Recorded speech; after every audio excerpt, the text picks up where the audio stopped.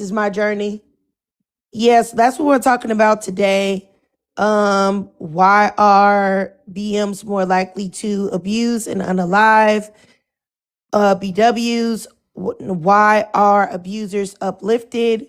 Tory Lanez, Diddy, Dr. Dre, and also, when you think about abuse and, how it bumps up against a lot of other things, do you think that accepting abuse can be viewed as some sort of pick-me-ism in certain situations, or no?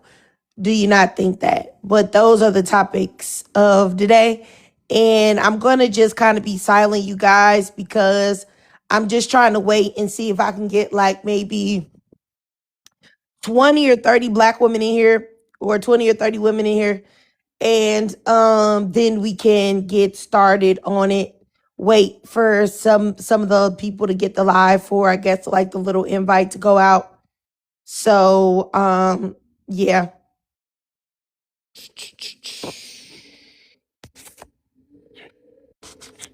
Just waiting, just waiting.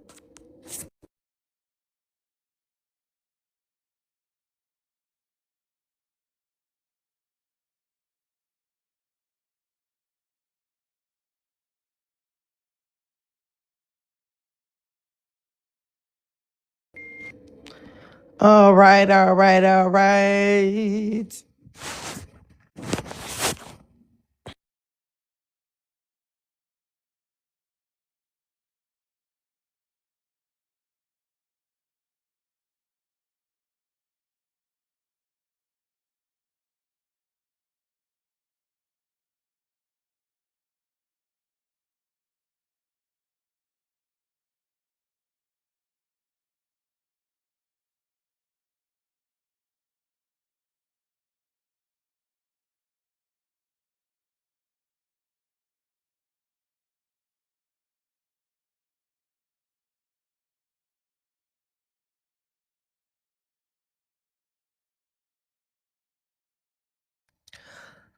You guys, once again, I'm just waiting to see if I can get some more people in here, the people that are in here, so that we can start talking. If you guys can do me a favor and share the live out with people that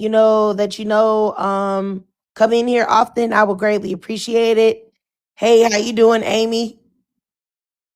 Um, yeah. You know what made me do this live today? I was looking at a clip of Surviving Compton, and um I saw these clips of Michelle A, who used to, be Dr. Dre's girlfriend and his baby mama, and I saw the way he was beating on her and abusing her in the clip, and it really made me sick to my stomach. And I was just like, Dr. Dre has not been punished at all for his behavior. He was not punished for beating D Barnes up, a woman in the bathroom, locking her in there and um beating her. Not to mention he's like a billionaire, and he has even gotten awards and everything else after he's done that. Um it's I wanted to talk about that. Carter, you said shadow ban. You know what? I'll tell you what. I feel like the reason why black men can come on here and talk about black women real bad and their stuff be pushed out is because that's what everybody wants to see. They want to see black women being a butt of the joke, like, and dogged out. Hey, how you doing, supervillain? Which is really disgusting. But yeah, like I really feel like Dr. Dre is a man that should actually be in prison for the things that he has done to women, but because he did those things to black women, that isn't looked at as a big deal. And anytime anyone does something to a black woman or a black girl, automatically it's not looked at as that big a deal. Everybody can handle the situation. It's not so shocking. It's not where we say, "Oh my gosh, what are we doing as a society when something happens to a black woman or a black girl?" You know? Um I feel like if the things that the world has seen right now that's happening to like the African women in Sudan and the DRC and Congo, if that was happening to white women, you know what I'm saying, on any level, people would lose their minds. Like they would be speaking out about it heavily. But because it's black women and black children, or African women and African children, little girls, nobody's saying anything at all. And that's why I always side eye the black people that have free Palestine in their bios. They make all of these videos about that, but never make any videos about people that look like them. You're telling people, oh, don't go to Starbucks, don't go here for the people of Palestine, but you never hear them mention anything about people that look like them. I find that to be disgusting. That honestly, I feel like as a black woman here in America, if you're going to fight for the rights and give awareness of people outside of the country, the only people you should do that for are your own. And if I don't see you doing that first and foremost to where your people are in abundance, I think that there's something wrong with you. And, you know, we could argue that the people, like if you're American or a Black American, that, you know, there's a disconnection across the diaspora, but there's still Black people like yourself, you know what I'm saying, even though the culture is different.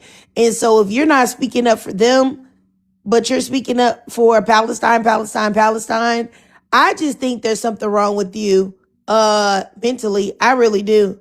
I don't respect it.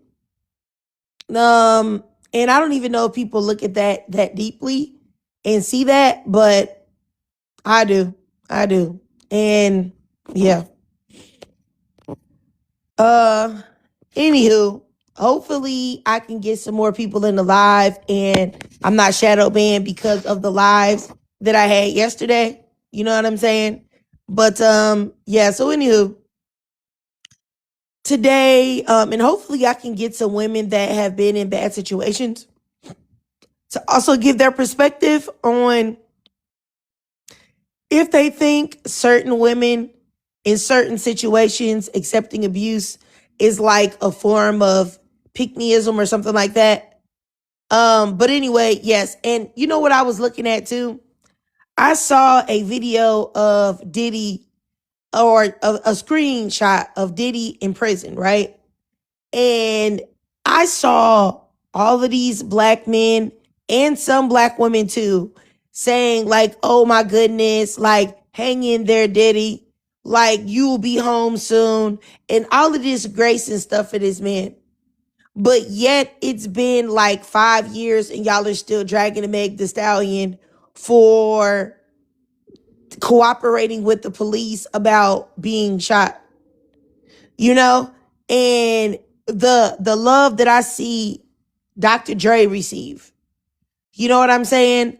The love that I see these violent, abusive, criminal men receive in the black community when they do things to harm black women is really crazy. And what is also nuts is that if you see a black woman and she's like broken up with a black man or has done something that the black community perceives as a slight against a black man, everybody activates like Voltron, like seriously, to destroy that black woman, to tear that black woman to pieces, to talk about her, et cetera, et cetera, et cetera.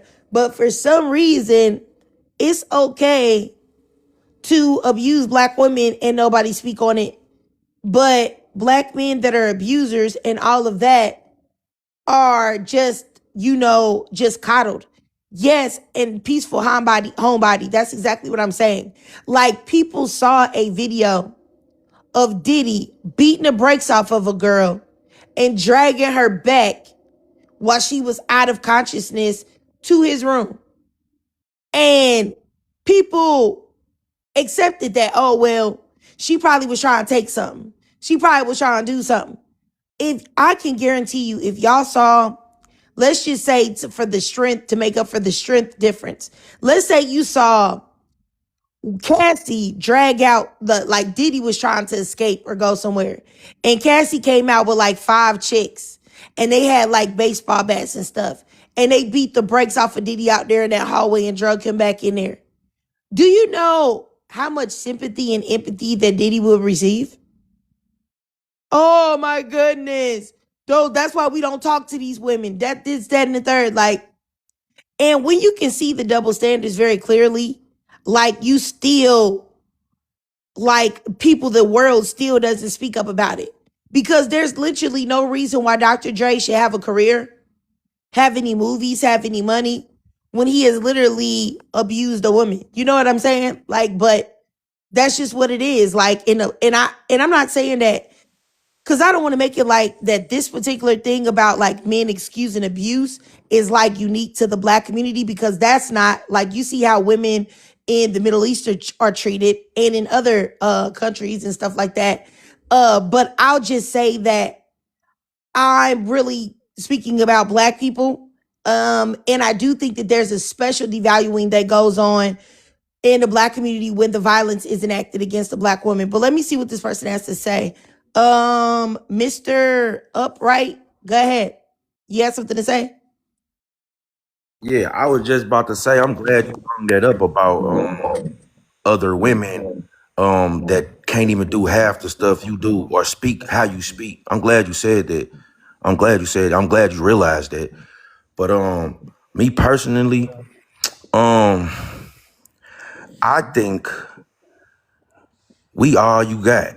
You know what I'm saying? When it comes to this blackness, black American woman, black American man, we all we got. Um, I think black men have woken up, and I think black women has lost their power to manipulate. And it's okay, cause we still love y'all. It's a different ball game now. You know what I'm saying? And that's all. You know, I love the shit out of black women. I'm always love black women, but I'm not a real man. I'm a manly man. And that's what y'all don't hate. That's what y'all hate. You know what I'm saying? I'm the nigga y'all hate, but I love y'all though. What is a manly man?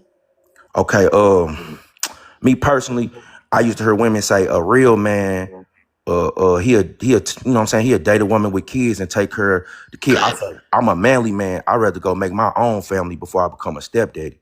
That's why I say it's different. It's a different ball game now. You know what I'm saying? Do you have any children? No, Okay, how old are you? I'm 30.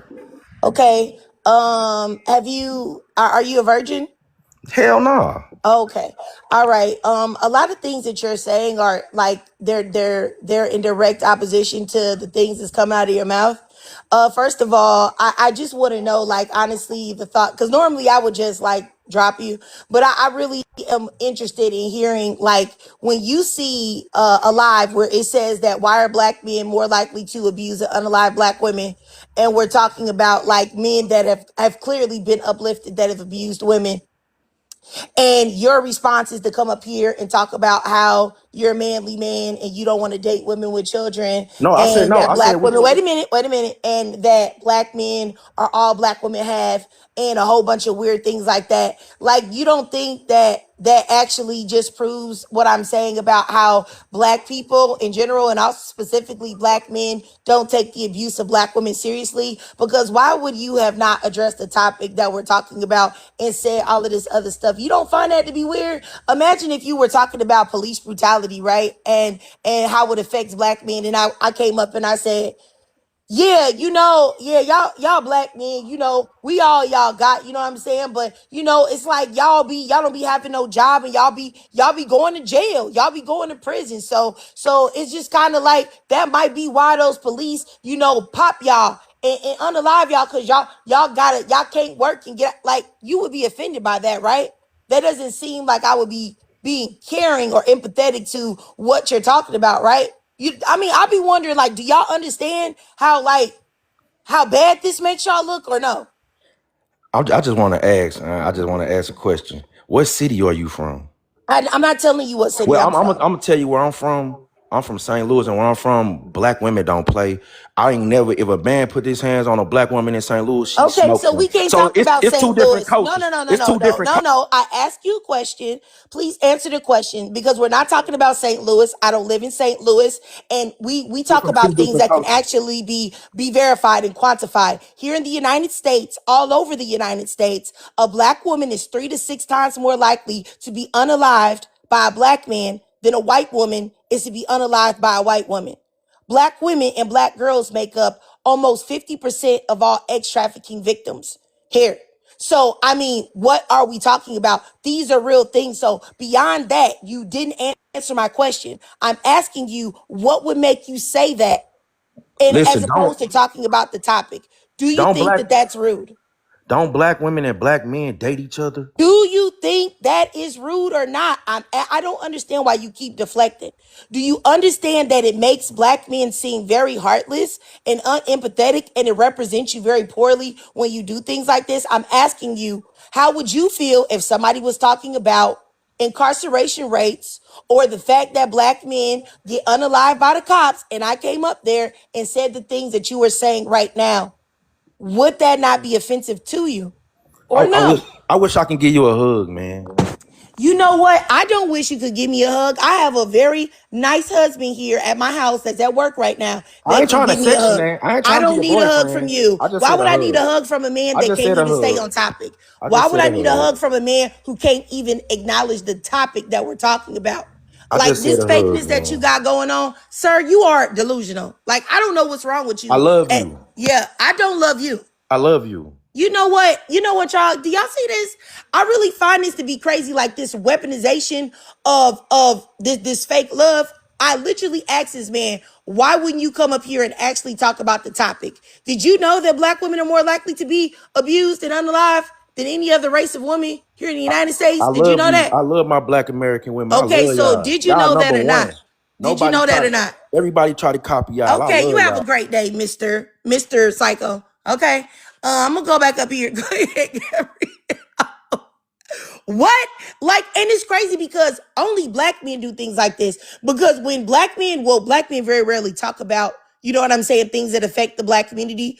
But if there was a situation where people were talking about things that affect black men specifically, there's no way a black woman will come up there and say, "Hey, y'all, yeah, so let me say this. Let me say this. You know what? I don't like to date men that don't have jobs. I like to find a man that don't want to go 50-50 and pay, 50-50. I want him to pay all my bills. Like, what? Like, what black woman would sit there and do that? Like, this is really, I people question me when I say that I really think that there's a problem with the collective of black men. And there's so many black men that come on the live and say, well, not me, not me. And I'm like, well, if it's not you, and I'm not saying that it is you, sir, but y'all got to get on code with y'all fellow black men and talk to them because they have y'all out here looking crazy. They have y'all out here looking insane. Like you saw what this being said, talking about some I love you and I want to give you a hug, but you can't even address black women being abused. Like, you clearly don't love black women. You definitely don't love me. Like, what? The shit But out of anyway, y'all. let me keep going. No, you don't. Why No, you you say that? don't. And that's exactly what I mean. I think that a lot of times black men also are used to being able to say words and black women just say, oh, I received those words, but it has no actions behind it. And this is for anybody that's listening. You have to understand that with men specifically, you cannot listen to the words that come out of their mouth that will show their intention. Their actions show their intention, right? So a man telling you, I love you, I love you, I love you, he could tell you, I love you and beat the brakes off of you every day. He could tell you, I love you and leave you to work and you paying all the bills and he just sitting at home playing the PlayStation. He could tell you, I love you all day and he's cheating on you or Oh, whatever. So you have to look at the actions of a man. And this man came up here and didn't address anything about a black femicide, anything about DV, anything about the topic. He just went straight into just bumping his gums with no type of anything that we're saying, just devaluing everything that I said. So that should show you right there that regardless of what he said with his mouth, his actions are showing that he doesn't respect black women at all. He doesn't respect the woman that he came from. He doesn't respect his sisters. He doesn't respect black women at all in I any way, love shape, black form, or women. I fashion. ride No, for you black don't. women. No, you don't. And don't unmute yourself again, or I'm gonna drop you and block you. Okay, so go ahead, Gabrielle. You have something to say, sis? Yeah, thank you. Good morning. I Good have so morning. It's good to see you.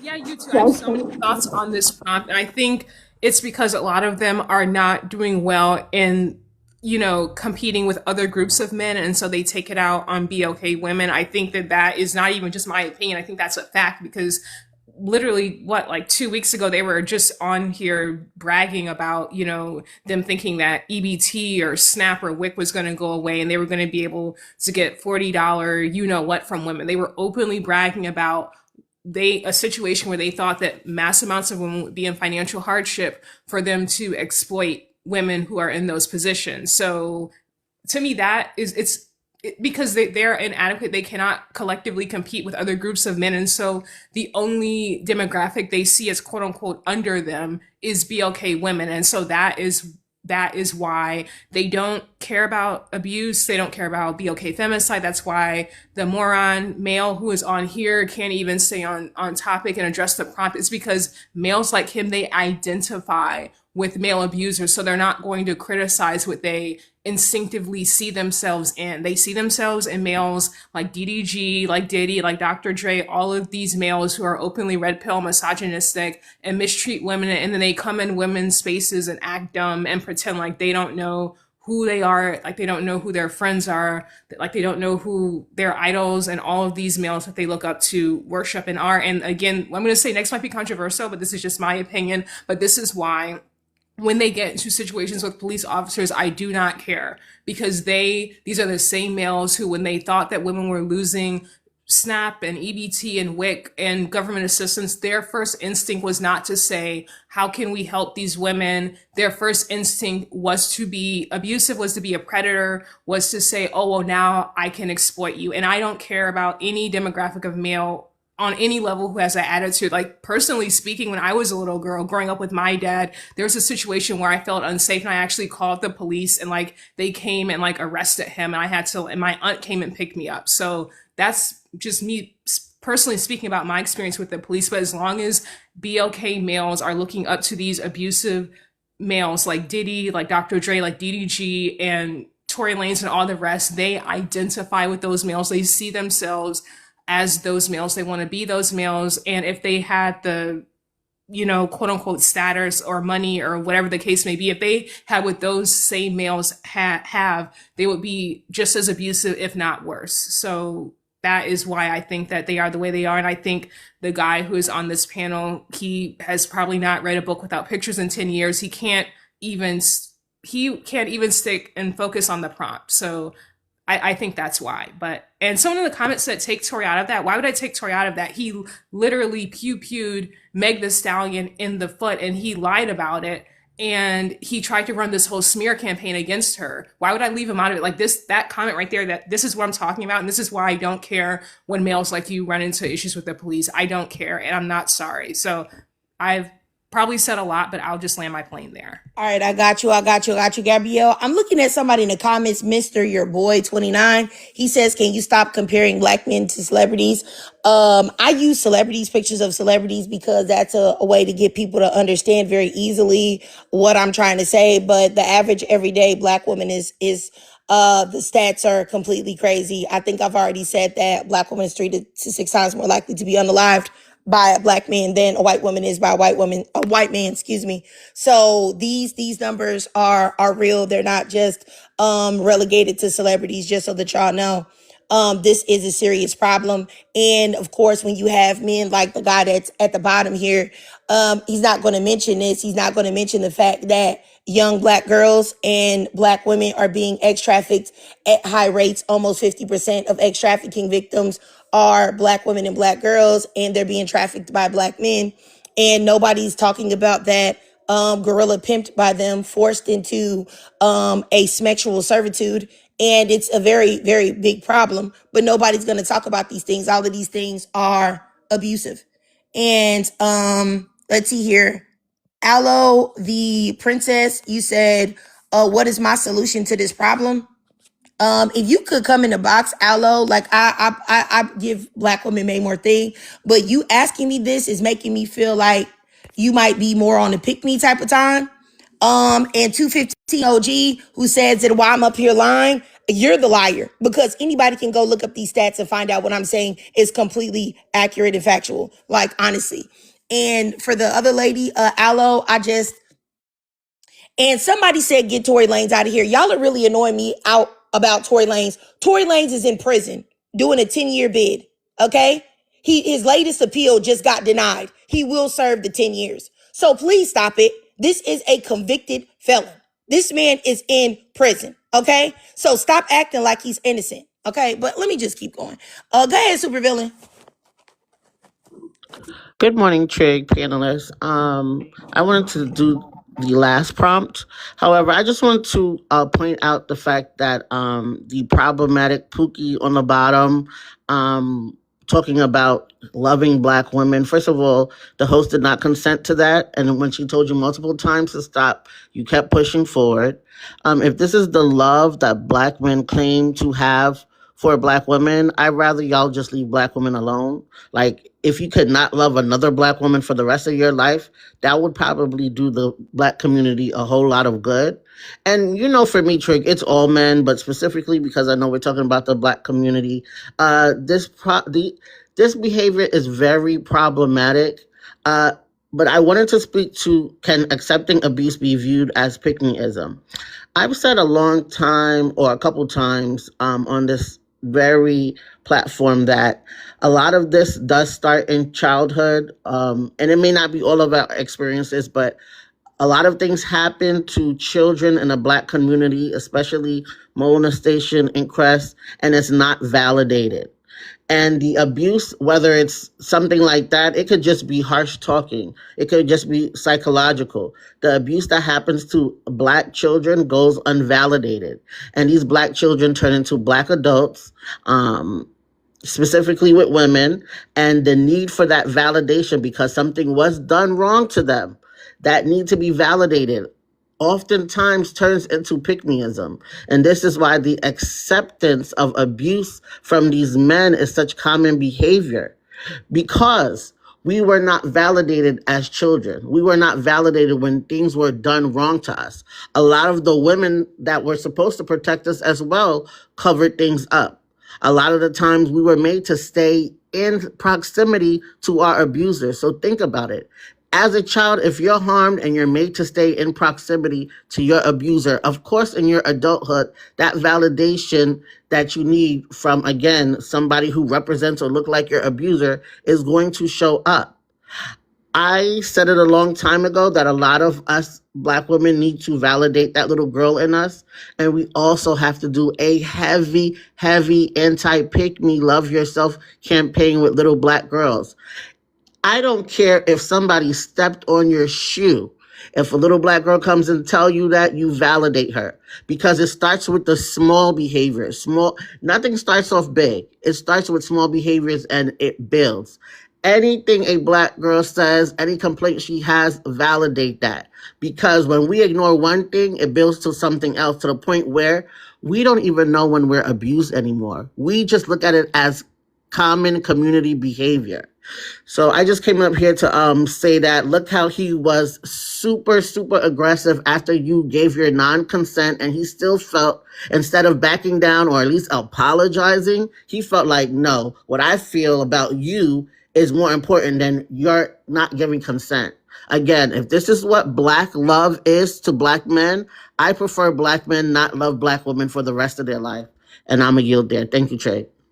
All right, I got you. I just wanted to say to anybody that's in the chat that's saying like these stats are not true. I just want y'all to know that the CDC, the Center for Disease Control and Prevention, has confirmed that Black women in the U.S. are significantly more likely to be unalived by homicide than women of other racial and ethnic groups, 6 times more likely. And I really want y'all to understand that because of that, this is a problem. And the fact that y'all, the men that are in the chat, are conflating talking about Black women being at risk for being unalived or being abused as attacking Black men. Oh, why are you guys talking about us? Why are y'all talking about Black men? That really, to me, is crazy when I'm talking to Black women about their relationship to violence, their relationship to abuse, and how they can avoid that and everything else. Y'all really make me sick. Like, honestly, y'all disgust me. You know, because a man that supposedly really loves and cares about black women wouldn't have a problem with black women talking about the best ways to protect themselves from abusers or from losing their lives. Okay. But let me keep going. One thing real quick. I just wanted to respond to a comment, if it's okay, really quickly. What? Go ahead. Could I respond to one comment? So I didn't see the name, but he said that the black man's first bully is his single mother. So I just want to say not every black person comes from a single mother. However, if you do, she may be your first bully, but the first person who did you wrong was your degenerate father. He left you. You're a spawn from his loin. He didn't give a damn about you. He walked away and made sure that you stayed with a woman that was seemingly unfit to be your mother. So while you're mad at your mother being a bully, you should really go look up your father and catch a fair one with him, because he's the one who left you with the woman that you so-called feel is unfit. Thank you, Trey. I'm sorry about that. Yes, and I just wanted to say real quick, and then I'm gonna get up here to Gina. Another person said in the comments that, crime and proximity and all that, and you're right. When people are in proximity to people, there are crimes that happen to you just because you live around that person. But I want y'all to understand that when you compare the rates of white women being unalived by white women, when you compare the rates of white women being unalived by white men to the rates of black women being unalived by black men, black women are 6 times more likely to be unalived than they are by the men in their community. So these are very real statistics that are out here in the world. And you can also see the fact that there's a problem with pew pew violence in the black community, and the fact that black men, most of the time when we talk about crime and statistics, white men like to make it like black men are the ones that are leading in everything. And most of the time it's actually white men leading in things. But the 1%, the one crime that black men do have an edge up on white men about, that's schmamicide. Okay. So this falls right in line with all of those statistics, just so that you know. I Okay, really need y'all to get would it. like to say something. Yeah, you're gonna have to wait. I have somebody else before you. Go ahead, Gina. And then I'll get there to you. Like, go ahead, Gina. Hiya, can you hear me? Yes, ma'am. Hiya, so I feel like just to address this, what this is about is that the reason why they defend Tory Lanez, Stevie and Dre, this is not about that. This is about black men's desire to have access to white patriarchal violence. Like, Man, this is you the bitches problem. is yapping, bro. Hoes be getting hit because ain't. You know what? This is exactly what I'm talking about. Now, you see that there's a black man up here that called himself Greek God. And the first thing that he started doing is talking about you bitches. You see what I'm saying? You bitches get hit because what? Now, I'm sure that Mr. What's his name down here at the bottom? Mr. Upright Rich. I'm sure that he doesn't have any problem with this, because according to him, all we black women need is a hug. We just need a hug from him, some love. And there aren't any black men out here doing anything or being violent to black women.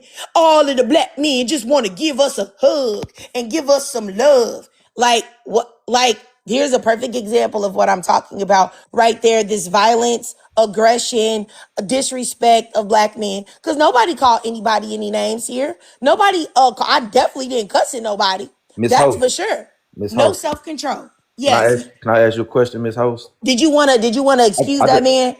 What? I just want to say this, Miss Host. I came in saying I love you.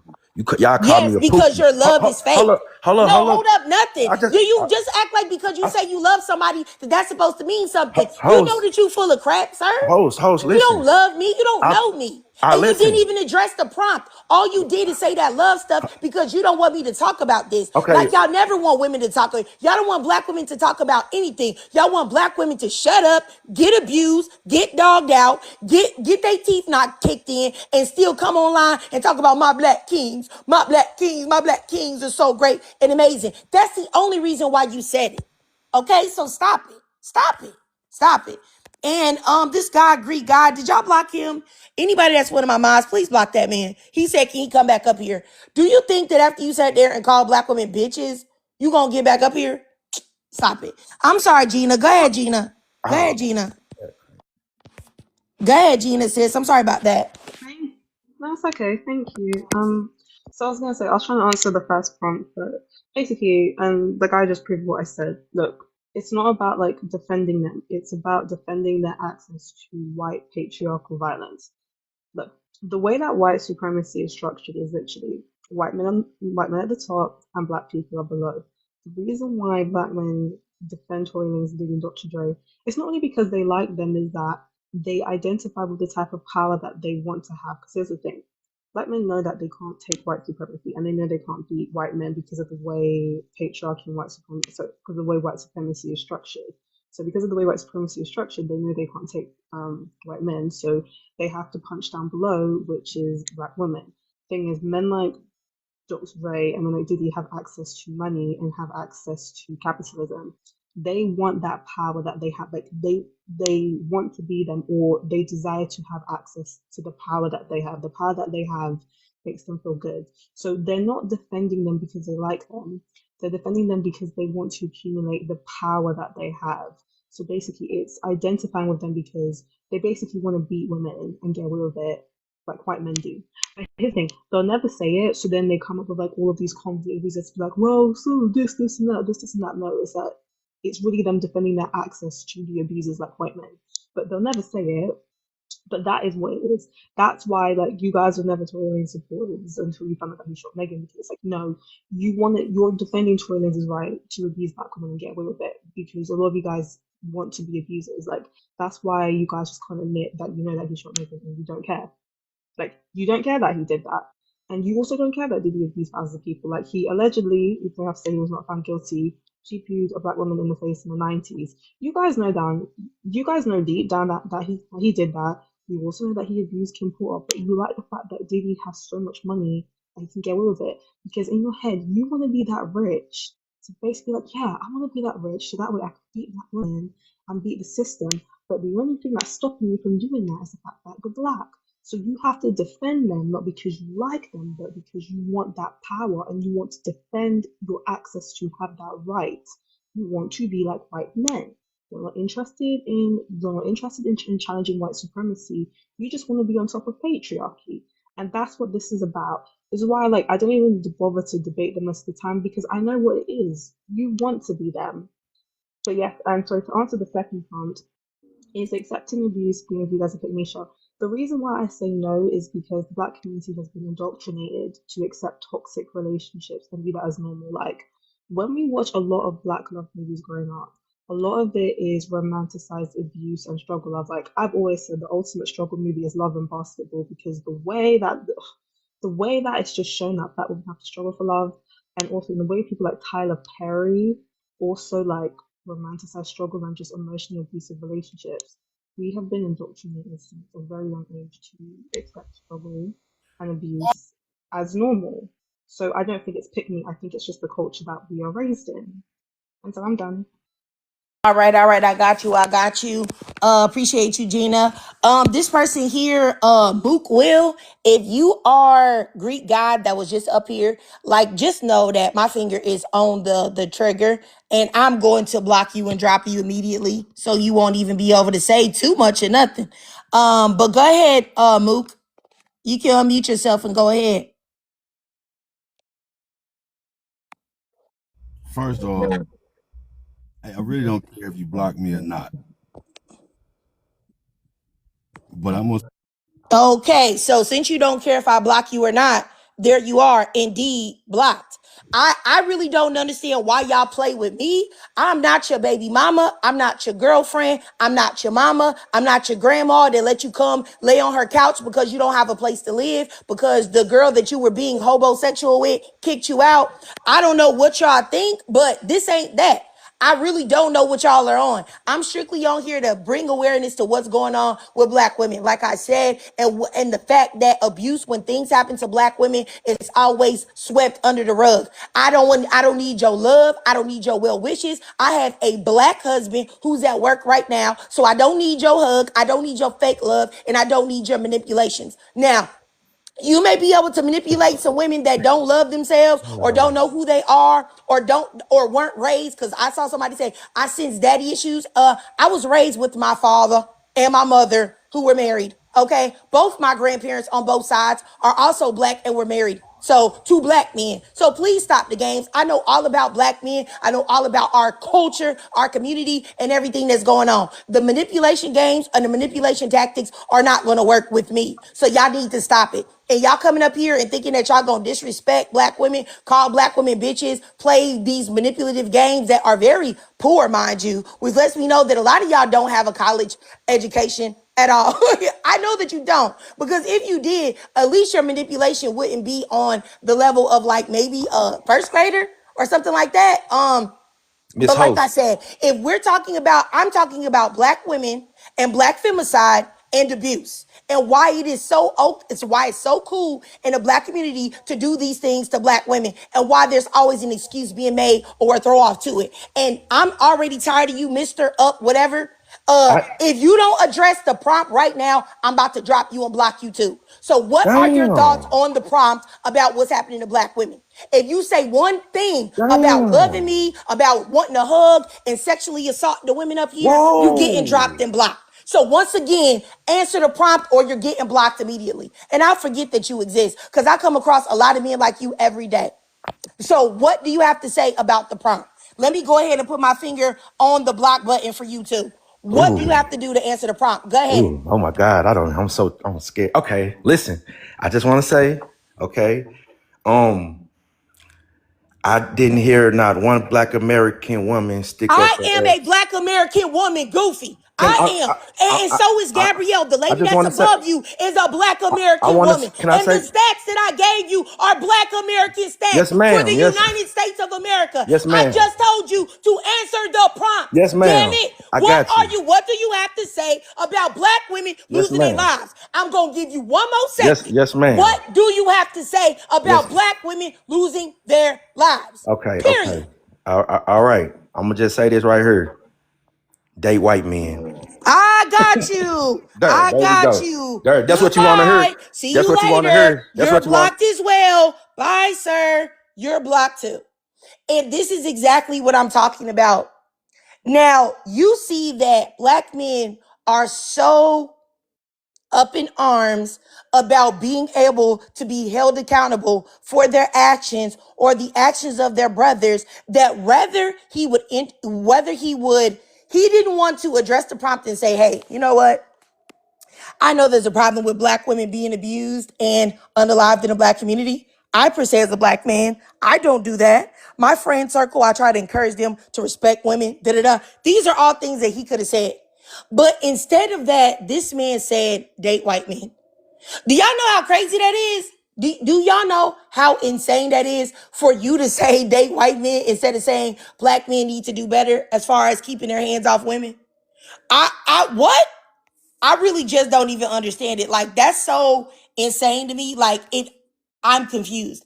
And and this is another thing that I have problems with about people saying, like, this person Chatty, they said that you complain about black men talking about black women, but here you are doing the same thing.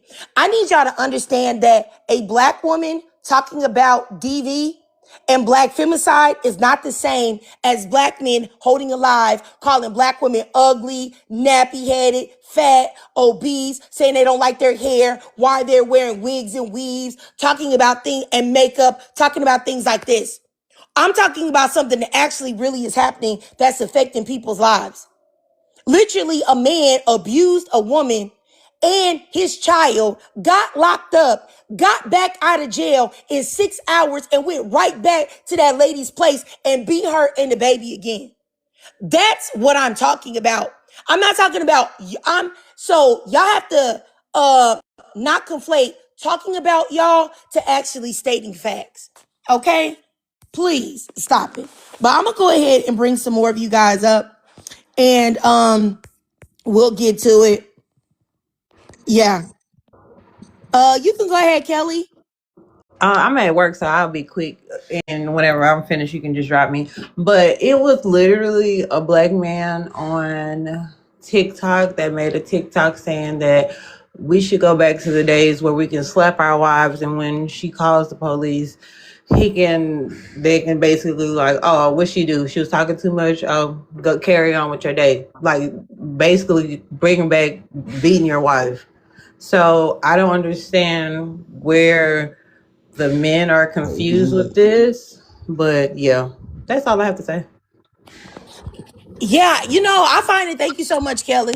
I just find it like very strange. And I've noticed that anytime I ever try to talk about black women and things that like actually affect them, that black men are responsible for. And of course, we're not saying every black man is responsible, but that it's a black male issue. They never want to talk about it. They will always find some type of way to silence you. And they'll tell you, oh, you're hating on black men, this or that. But when y'all have all these lives and y'all talk about black women wearing wigs and weaves and makeup and how black women are masculine and nappy headed and all of this other stuff, that logic never seems to work with y'all.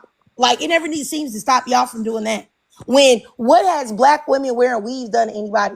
What has black women being hyper independent done to anybody? What has black women, if y'all want to say that some black women are overweight, what has that done to anybody? But anyway, let me just keep going. The first person I'm going to go to is Chef Pink.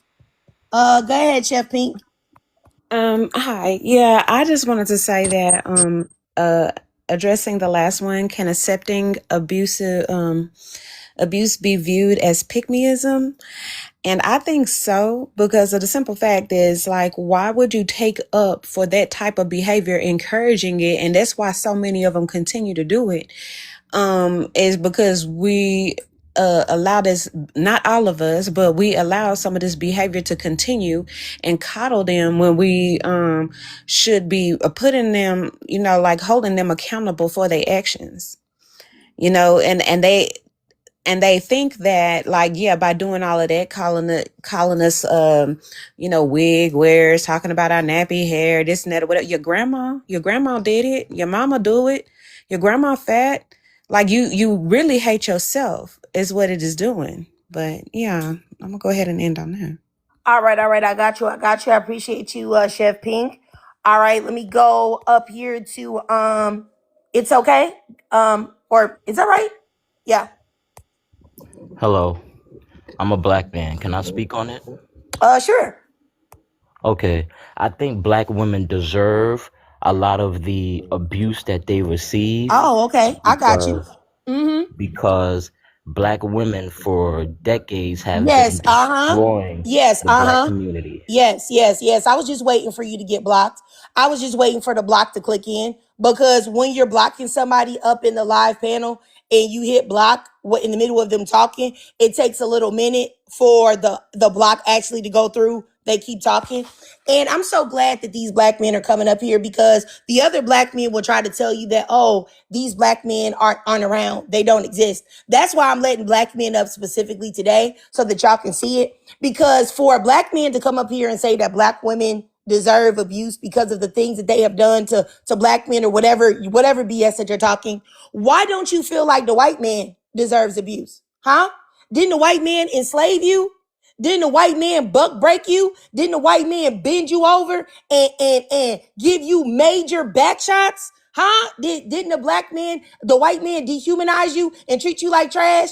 Don't white police officers, according to the CIA report, that the all police stations are deeply infested with white supremacists and racists and KKK members? So when these police officers pull you over, profile you, abuse you, put you in the dirt, you know what I'm saying? How come y'all don't feel like the white man needs to be abused? How come y'all not fighting the white man? How come y'all always getting on y'all knees with the white man and sucking his ball sacks and telling him how much his daughters are so much better than the daughters that you create? How come you're always telling white men, oh my gosh, your daughters are so awesome and so cool. I love their white skin. I love their stringy hair. I love it. I love them. They're so much better. How come y'all don't give them this energy? Huh? How come they don't deserve abuse? Or how come the white women that sold you out, that lied to you, that lied on you and said, oh my gosh, Tyrone raped me, and you didn't do it, and then you got strung from a tree, strange fruited. How come y'all don't have that energy for them? How come y'all only have this energy for black women? Black women are the ones that need to be abused? I think white people have done you far more dirty, but you never do anything for them.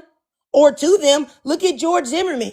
George Zimmerman sat there and sold bags of Skittles with his signature on it for people to buy for unaliving an innocent black male teenager.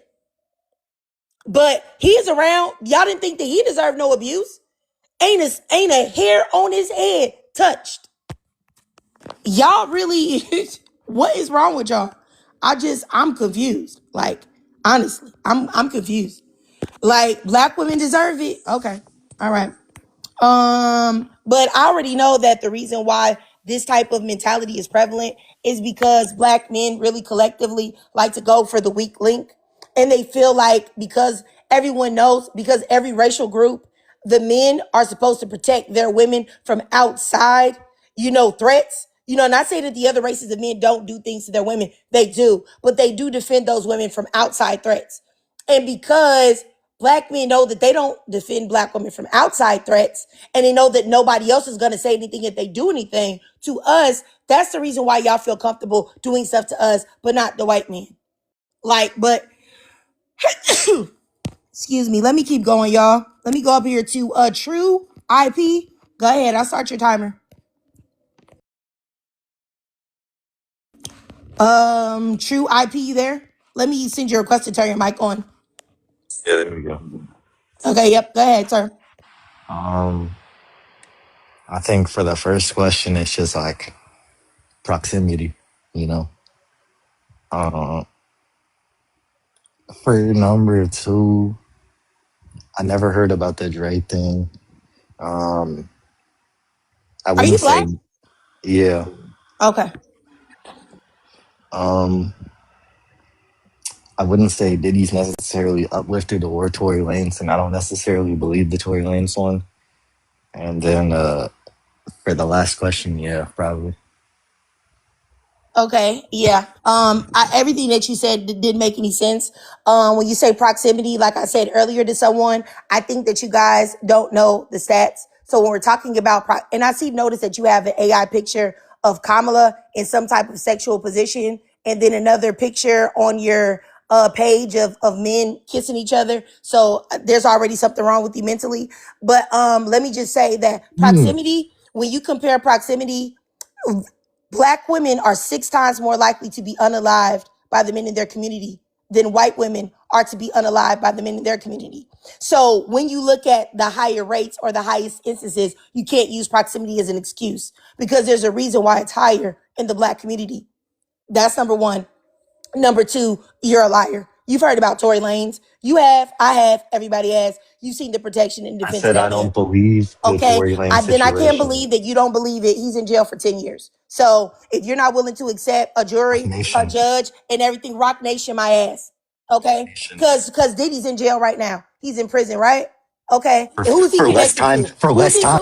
Don't do that. Don't do that. Let me Half the block you. time, right? Don't do that. So I noticed that when these bird brains bring up Rock Nation and how Jay-Z is so powerful that Jay-Z can do this, that, and the third in the justice system. If that was the case, why is Diddy in prison right now? Who was his best friend? Y'all can say now that Jay-Z tried to distance himself. He said that he was very close to Diddy. They both said that they're the only people that call each other Sean, all of this other stuff. Why is Diddy in jail? Please stop it. Okay? So Jay-Z is not all powerful. Rock Nation is not all powerful. Tory Lanez is in prison because he did it. Simply that. And it's so funny because if a black woman had did something to a black man, and the jury found them to be guilty, and it was a whole bunch of black women everywhere saying, oh no, she didn't do it, she didn't do it, she didn't do it, Rock Nation, Rock Nation, you wouldn't go for it. You would say, oh, the court of law, the justice system determined her to be a criminal, so that's what she is. So please stop it. And then lastly, shut up. If y'all see this guy in the chat, please block him. Okay, let me keep going. To I think it's exclusive. Ty, I started your timer. Go ahead, sir. Okay, so boom, is my mic okay? Yes, sir. All right, bet. So I'm gonna answer the first question first. Why are black men more likely to abuse black and unalive black women? I don't think that statistic is all the way true. And here's why. Most statistics that was created that was towards propaganda towards black men have been falsified. and we have proof that those statistics have been falsified. Um, What's the proof? Republicans right now are going through it because of they people on their side has been covering up and falsifying information for Okay, so years. where's the proof? You What are said you you have proof. talking Where's the proof? about? Hold on. What? Where's the proof? Hold on. I'm not saying that could be that what you're talking about is false, but I'm saying some stats that you be looking at aren't completely Okay, accurate. so once again, where's the proof that these stats of black women that are losing their lives, which are very I listen, easily man. fact checked? Okay, I have asked to see your stats earlier, but you didn't show me. Okay, I don't have to show you. All you have to do is plug it into your phone. Look at But black here, women. This is okay. the So look, query that I want to I give got you, some proof. okay? I got some Black proof. women are more likely to be killed. That's what you should look it up. And it will bring you plenty of But stats over from a the third, CDC and everywhere. of men in Germany, just actually Okay, we're not agree. talking about Germany. We're talking about the United States. And let's address what you said. You said that you have proof that these stats are false. So where is the proof? You just brought up the Republicans. All That's right, not anything to back your point. So where is the proof I got the that these green screen. stats regarding black women being unalived is not true? Okay, hold on. Let me see if I can expand you out just a minute.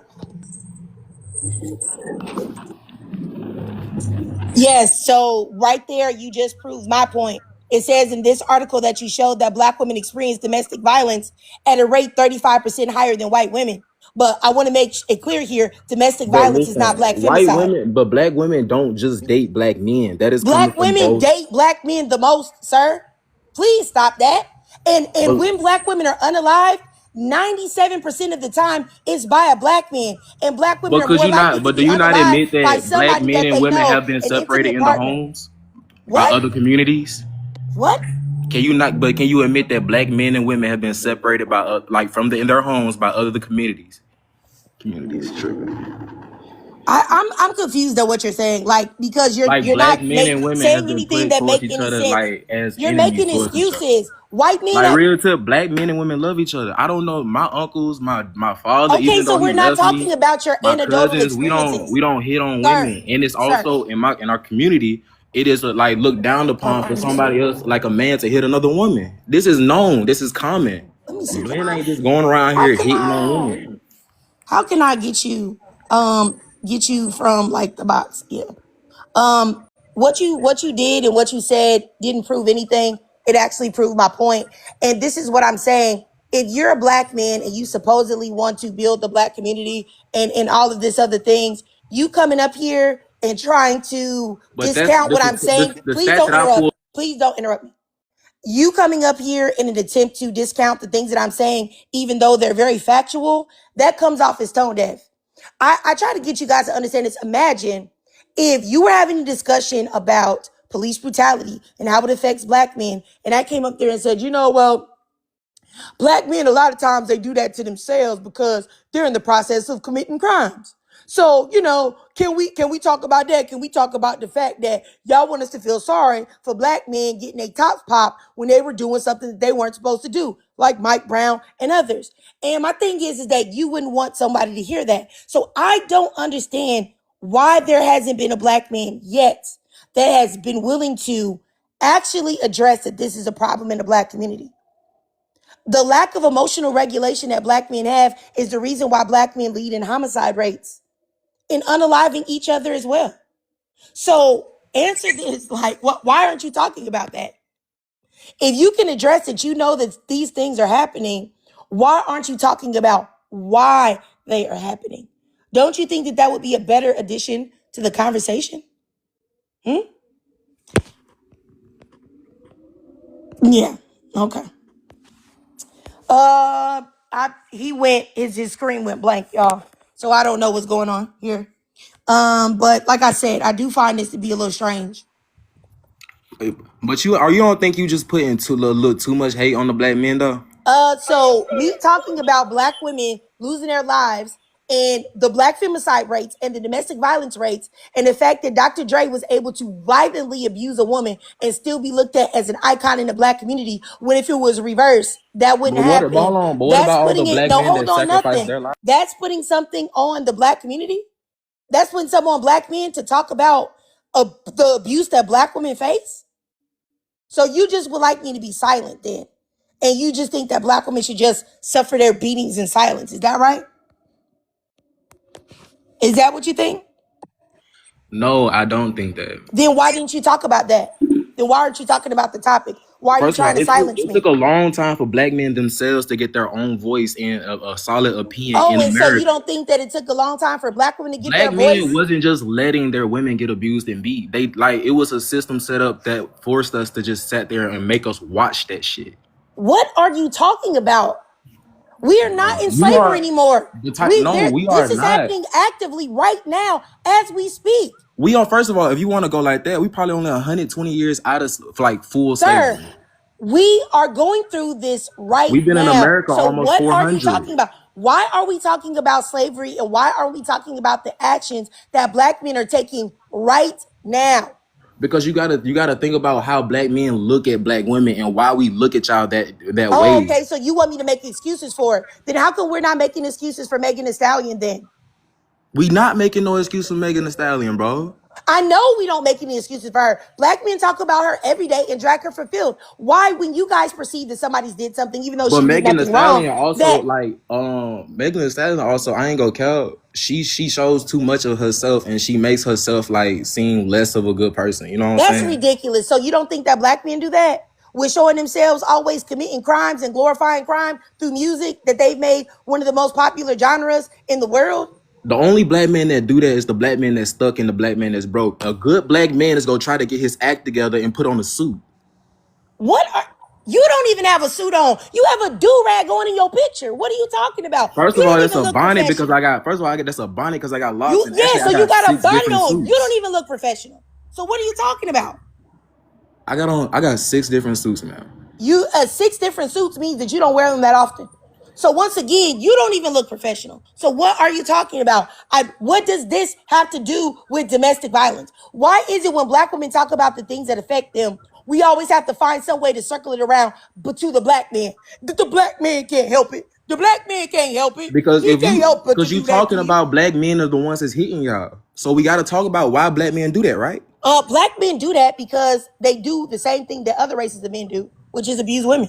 That's the So we reason why. watching somebody else do it. That's what you saying. No, I'm not talking about watching somebody else do it. I'm saying that that's the nature of men in general.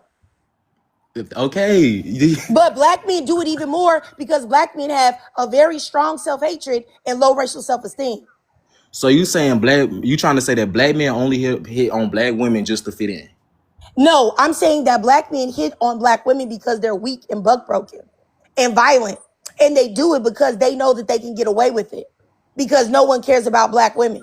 That's why. You don't care about black women. The collective of black men don't care about black women, and the world doesn't care about black women. That's the reason why most of the time you know that there's going to be some consequences and repercussions when you do something to women of other races. That's the reason why publicly, when y'all choose to degrade women, who do y'all choose to degrade and call nappy-headed and fat and this, that, and the third? Black women. Do you Y'all are hold always on? putting every Do you other race of honestly woman think on we a pedestal. degrading you for telling you about yourself? Okay, so is it degrading for me to tell you about yourself and the fact that black men can't keep their hands off women and can't stop unaliving them? Now you see that you felt like that's telling me something about black women, but you can't accept it coming to you because you got a stupid stat No, up there on I the can screen accept it. that proves my point. I can say that yes, black men do unalive black women all the time. Okay, well then what's our conversation about then? The conversation is not a majority. It's not black. It's not a lot. It's not a majority of black men that's doing this. If not, if the most of majority, it's a third. Just like everybody else. Okay, I got you. I dropped and blocked him. He said that it's a third. Has anybody had like a pie? Or okay, so let's say y'all got some takeout from y'all favorite restaurant. Okay, and y'all really love that food. And you told your family or whoever you live with, stay with, don't touch it. And they took 1/3 of your food out of there and ate it. 1/3 of your, 1/3 of your cheesecake, 1/3 of your steak and potatoes, 1/3 of your arugula salad. They took 1/3 of it all. Would that be enough to make you upset? Even with his own logic, 1/3 is a lot. What? I just, you know, it's so crazy that I really feel like black men refuse to take accountability in any way for the actions that they have. It's very, very, very, very disturbing to me. Like exactly, supervillain, 1/3 of your check. If somebody took 1/3 of your check, what would you say? That's a lot, right? Okay, Chef Pink, go ahead, sis. Yeah, and about that middle one where it says why are abuses lifted, like Tory Lanez, Diddy, and Dr. Dre and everything like that. Like they have this thing where they have to protect these men because it's like they're idols, they're icons and everything like that. And like what's that other guy, Charleston White, and all of them. I don't know why some of these abusers are becoming the lead men for some of these. And it's becoming a trend to put down Black women. It's becoming a trend to uplift all of these white women. And I'm not sure what's going on, but like, yeah, that's what they're doing. They're uplifting the abusers. They are coddling the white women. They looking up to white men, even though they don't like to say it. But yes, this is what's going on. And yeah, I don't know.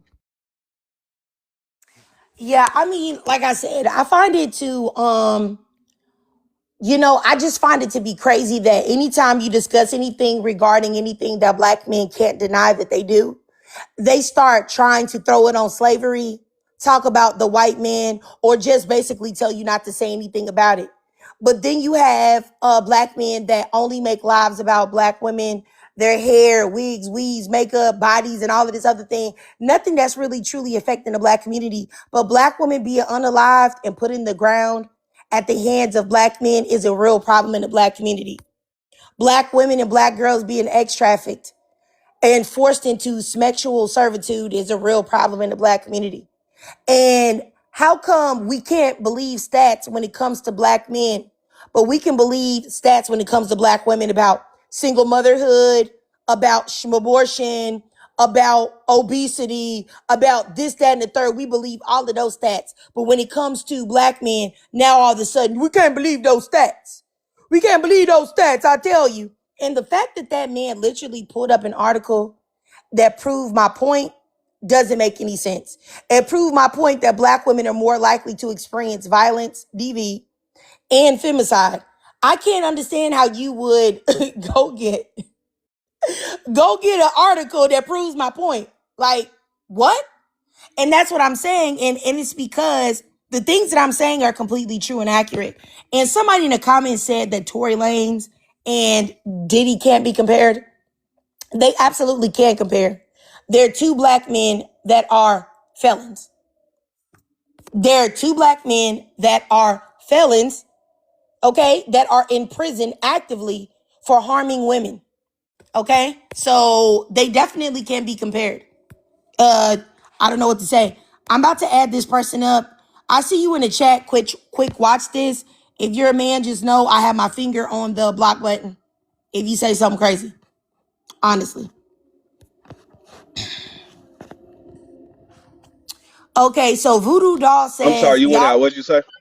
Just 1 second, sir. I'm sorry. Voodoo Doll says y'all hate Black men but want Black men. I'm confused.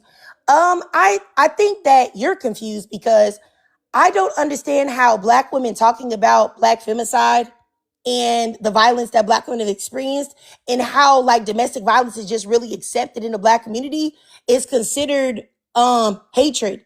Like we're talking about I saw a clip of Michelle A. Wright in Surviving Compton of all the abuse that she has endured from Dr. Dre, right? And also we already know what Dr. Dre did, D Barnes and all that, beat that lady up for something that she didn't have anything to do with, violently beat her up.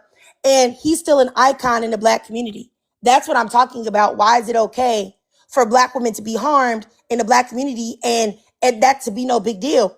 But somebody like Meg Thee Stallion, who you perceive to have said something about a Black man, she's enemy, the public enemy, number one. Yeah, so, okay. Let me go over here to, quick watch this. Okay, let me start your timer, sir. Yeah. Okay, go ahead. First of all, good morning. Can you hear me well? Yes, sir. Okay, I was in the car just making sure. First of all, good morning, ladies. Um, and I just want to say to start this off. First of all, Black Queens, you're a queen. You are the prime example of what is to be a woman. You are the prime example of what it is to be great. You are the prime example of what it is to be perfect. As imperfect as we are as human beings, you Black women are the status quo. Don't let anyone tell you different, especially a Black man. With the little time I got left, I'm gonna use this time to rant on these raccoon um, type men that get on here and bash black women. I just left a live where he said white YT women are the beauty standard, and I clicked on it, and it's a brother talking. That's the most confusing thing I can ever hear and see. The most ignorant thing I can ever hear and see. And when I get on there and I say my point of why that's not good for our black women, I get called sassy. That's the first rebuttal I get, but nothing is statistically proven wrong in what I said. Just like you said in in your prompt, everything you said in your prompt is statistically right. There's no debating that. There's no debunking that. And then they bring up things that's involving their feelings because they wasn't loved as a child, and they don't know what it's like to be loved by a woman in general. I think for black women, what happened a long time ago, you guys became way more educated than the people before you. That include your ancestors, your parents, and all of that. And that's why black women are one of the most educated groups in America right now. And you realize that you don't need a man just because he look good. And so many black men got used to being able to be picked up or hit on because they had good looks, quote unquote, and they felt like that's all they needed to bring to the table. Now that they have to be more substantial, their feelings are hurt, and that's the biggest problem. And then that turns into violence, and I think they expect submissiveness to mean control. A woman will submit to you on her own, black or white, but especially a black woman will submit to you on your own, and you would know it and you would feel it. And you don't have to force it. You don't have to disrespect her. You don't have to control it to get. Be myself. Like I said, the first rebuttal they give me is to be sassy. I love women. I love black women. I will be black until I die, unalive. And when I come back, I want the same thing. And I will never change that. But at the end of the day, I believe that the violence comes from them trying to control women, trying to tell them what to do, what not to do, and then they don't like being told no. And at the end of the day, we have to figure something out to stop this because black women are the best thing for society in whatever society you Okay. are. And us, Yeah, you got 10 seconds. Quick. oh, yeah, I'm just gonna say, and us as black men, we have to protect you guys. It's not our job. We're not saying that I'm not saying that we're supposed to be protectors, but I feel like that's our main duty for black women. All right, I got you. I was hoping to get a little bit more on the prompt, but I'll go down here. Gabrielle, did you have anything to say, sis? Yeah, no, I really just think the way that I'm going to say like 99.9% of the males who have come in this space, and even the 99% is me being nice. I really think the way that they have twisted themselves into pretzels to not address the prompt, to, as the other guy who was up here before, who pulled up a stat that actually proved your point and was still arguing against it. I just feel like this is why I was saying earlier that the reason that they will not ever condemn abusers is because they identify with abusers. It's why you can have Tory Lanez, who is literally serving a decade in jail, and they're still defending him. And there were a bunch of males who didn't even come in the box, but who were in the chat saying that he's innocent. Mind you, this man went through the criminal justice system, had a trial, was found guilty, has tried to appeal a bunch of times, and every single time he's been turned down. There was all sorts of evidence in his case that showed, yes, he absolutely did pew pew make the stallion in the feet. He was like, I think there was some jail call where he was like asking her to recant or like trying to reach out to these people. Like, that man is guilty. He did it. And you still have men saying that he's innocent. You still have celebrity BLK males like I don't know, like I think there are like a bunch of them who were writing letters and trying to get him out. It's like they can do all of that because they see themselves in the abusers.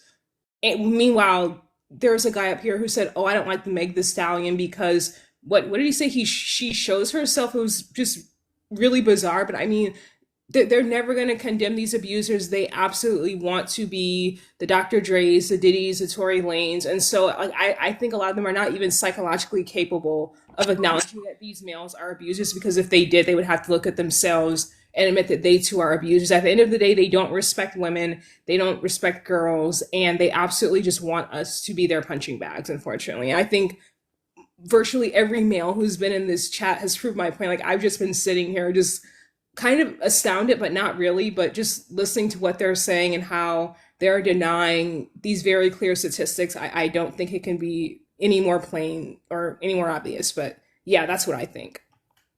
All right, I got you, Gabrielle. And I just want to say, yeah, I think that you used a great word, astounded, because I definitely have been astounded as well. I, because you said astounded, not really. Like, I've actually been legitimately astounded. Like, and it's not that I'm surprised by it, but it's just like the depths of, you know, how they're willing to twist it and not accept it. The depths that they're willing to go to, like the man that was up here that kept talking about, I love you. I love you. Oh, I wish I could just give you a hug, when you could tell that it was completely insincere. Just like, do you think that, like, who are you running game on? Like, third graders? Like, because it's very clear that you are not, that is not your intent. Your intent is to minimize what we're talking about. But yeah, that was just really crazy. Like, all right, let me keep going. Kyra Capers, are you there? I'm here. Hey, Uh, girl. I've been on hey, the live with you before. I recognize your voice. all right, go ahead, sis. I wanted to piggyback off of what Gabrielle was saying. I didn't like how with the Tory Lane situation, people off rip was like, oh, I don't believe her. You get what I'm saying? Before the trial, before everything came out, and it's kind of taught us as black women to protect the black man. Like, let's just say if you're in a relationship, right? And there's a lot of women who go through this and they're being abused by their man. And let's just say the police come to the house and they're like, oh, we have a noise complaint, yada, yada, yada. The man automatically is going to tell her, hey, you better not say nothing. You better tell them whatever you tell them so they can go away. But don't you dare tell them what's going on and put me in danger of getting, locked up. And so there are a lot of women who will tell the police, oh, everything is fine, yada, yada, yada, to protect him from going to jail. And a lot of women are taught that to just protect them. Like, let's just say if you're in a car and he has something in the car that he's not supposed to, he gonna ask you to hide it. You get what I'm saying? So we're taught to protect black men, but they're not taught to protect us. And I hate that for instance, with the Megan and Tory thing, she did not want to tell them what was going on. She even said that. She was just like, we're black in LA. I don't want them to shoot us and I don't want anybody to, go to jail. But yet she tried to protect him, even though he abused her, he assaulted her. But yet he turned around and was very nasty to her. You get what I'm saying? And so it's just very disheartening that we're taught as black women to always protect black men, but they don't protect us. There's a lot of black men that will not defend a black woman or will say misogynistic things to us when they're supposed to protect us. And I feel like it goes back to slavery when, slavery affected black families and black love and how we view ourselves, to where we're often categorized not to be with each other. But I feel as though we need to stop that mentality. Just us as a community, we need to stop that mentality of being against each other and men protecting the women. That should be your first mindset: protect women and children. And that's all I have to say. All right, all right, I got you. I appreciate you, Kyra. And I just say, like, as far as the Meg Thee Stallion thing, I don't know. I know some people have recognized this, but Tory Lanez really is doing a 10-year bid because of his own ego. When that girl got pew-pew by him, she did not say anything. She wasn't going to say anything. But when he kept trying to put it out there in the media, on the blogs and stuff, that somehow it was her fault, she was this, that, and the third, he was trying to push this narrative, he had her out there looking crazy. That is when she decided to go ahead and cooperate with them people, because make no mistake about it, the state is the ones that picked up charges against that man, not her. If he had just played his position, not been disrespectful, not tried to make her look crazy in the internet streets and all of that, he would be a free man right now. He did this to himself. And what's crazy is people forget that August Alsina said that he did the same thing to him. That he was upset that he didn't speak to him. Then he came with some other dudes and they tried to beat him up or whatever. And then after that, they tried to go to the blogs and make it seem like he was crazy, like he was the problem. And that's why he decided to go ahead and say something. So I don't know why everybody's critical thinking hats get turned off when it comes to Tory Lanez. People can sit there and listen to that jail call and hear that man apologize and say, oh, I don't think that she's going to want to talk to me again, and say that, oh, that was for sleeping with them. What? Like, honestly, like, that's how I know that the cognitive dissonance is real when it comes to black women, and people even being able to conceptualize the harm that is done to black women. The black men don't even want to think about it. That's how much that the collective of them don't even think of black women as human, that they can't even conceptualize harm. And that really is really truly disgusting to me. And that's the reason why I will forever talk about it. And not to say that I think that every black man doesn't care about the abuse that black women undergo, but I really do think that the majority, and I mean the majority of black men, do not care. And even the ones that act like they do care, that will come in my lives and stuff, and they will not address it, but they'll address something else. I don't believe that they care either. I believe it's such a small percentage, and it's really crazy. And that's the reason why everybody is able to get away with preying on young black girls, harming them, harming black women, while they're able to do elder abuse of old black women and everything else because of this fact. And it's just really disgusting, like, honestly. But let me keep going. Go ahead, supervillain. Thank you, Trey. I just want to attention that we had multiple, I assume, black men come up on the panel and prove the prompt in 4K. The first one was performative, talking about he loves black women, but not considering consent, feeling that his opinion was more important than those of the host and other black women who were panelists. Another one came up here and tried to get out the message that black women deserved abuse. I think another one came up here and was trying to or invalidate the stats that Trig does every day that is verifiable, or try to explain why certain abuses happen. I think he was trying to justify why the abuse happened. And when we're here in this space, it's really not about changing black men's behavior. It's really about how black women behave. We had women in the comment section talking about, why are you attacking black men, when they in 4K saw a black man come up here and say that black women deserve it.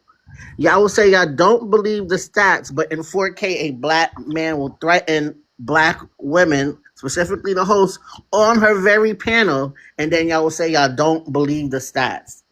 I just want to say, I don't know what the hold on black women is, but I want to say words are very intentional, specifically with the Tory Lanez thing. They don't believe that he's innocent. They believe that he didn't deserve to be put in jail for harming her.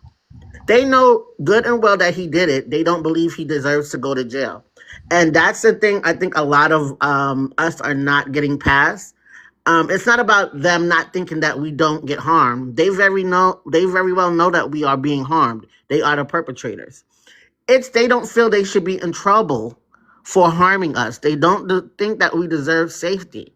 And that's the issue. And this behavior has become common community thinking. This is why women can come up in the comment section and question what's going on with Meg Thee Stallion and Tory Lanez, even though he's a gangster rapper and talks about pew-pewing people and robbing people every day in his music.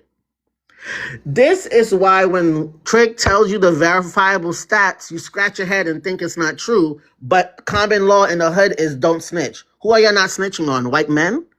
Like, we have to be so for real. I just want us to sit down and look at the behavior. Again, it's all men for me, but I'm never going to expect to change black men's behavior.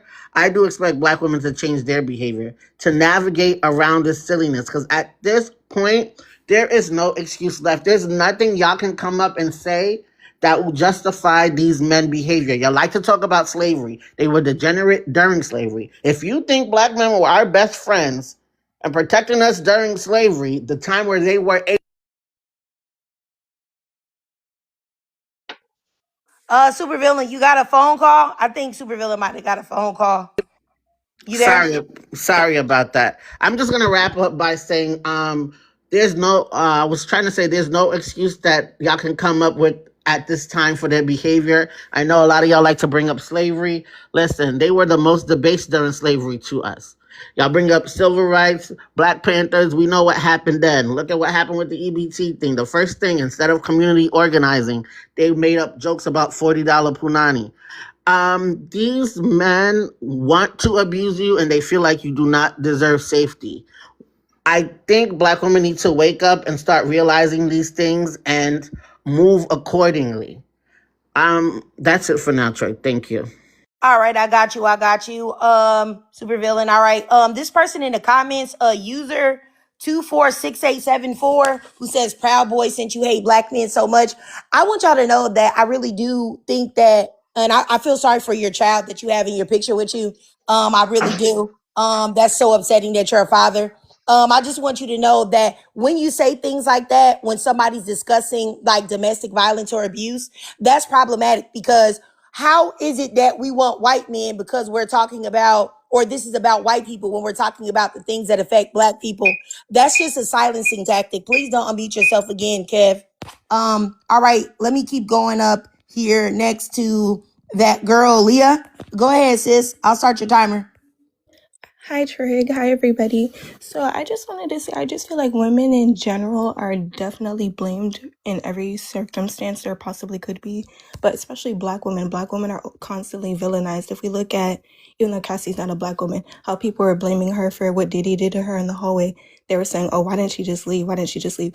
And then Meg was blamed for getting shot just because she might have had relations with Tory. Like, it makes a difference. This man still shot her. And then Ree was blamed for quote unquote instigating the fight with Chris Brown. And you know, the R. Kelly girls were called fast. I just think people make it a continuous plot to always constantly again and again blame black women instead of blaming why did the black man do this to these women. That's just the only point I had, but thank you, Trey. All right, no problem, sis. And I definitely think that's a great point to be made. Yeah. But let me keep going here. I'll go up here to it's here, Big Don. Go ahead, Big Don. I'll send you a request to turn your mic on. Are you there?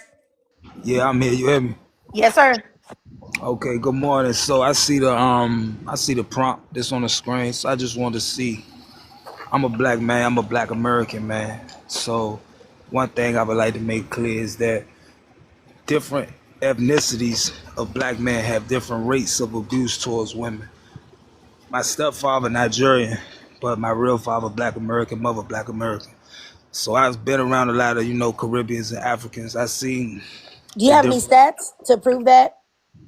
That's the thing. Everything doesn't get reported, and stats can be skewed. So But you want to talk about an anecdotal thing to justify domestic violence or what? I didn't say I was I justified. I mean, said that's exactly what you're doing. I that's think not what I'm anybody doing. that has any That's not type what of I'm critical doing. thinking skills can see that that's what you're doing. Yeah, because you said that you're a black American man and you're saying that there are different rates in different communities. I'm a black American as well. So I know that you're going to say that black American men aren't doing it. That's exactly what you're going to say, right? Listen to me. Listen to me. I'm a black American man who's been all through America, and most of the men I know, they don't condone black women getting hurt How by. would you know this? You're not a black woman, right? You're not Well, having listen sex to with these me. men, right? You're not Listen dating to these me. men, right? You're not in Listen to me. relationships with these men. So how would you know? You want to know how I know? I do business with men. Me and Okay, men, you we doing talk. business with men doesn't show you if they're abusive to women or not. It doesn't show you if they treat women well or not. Unless you're getting fucked by these men in the asshole and you're dating them, then you can't say. Now listen to me. Respectfully. Are you Listen gay? to me.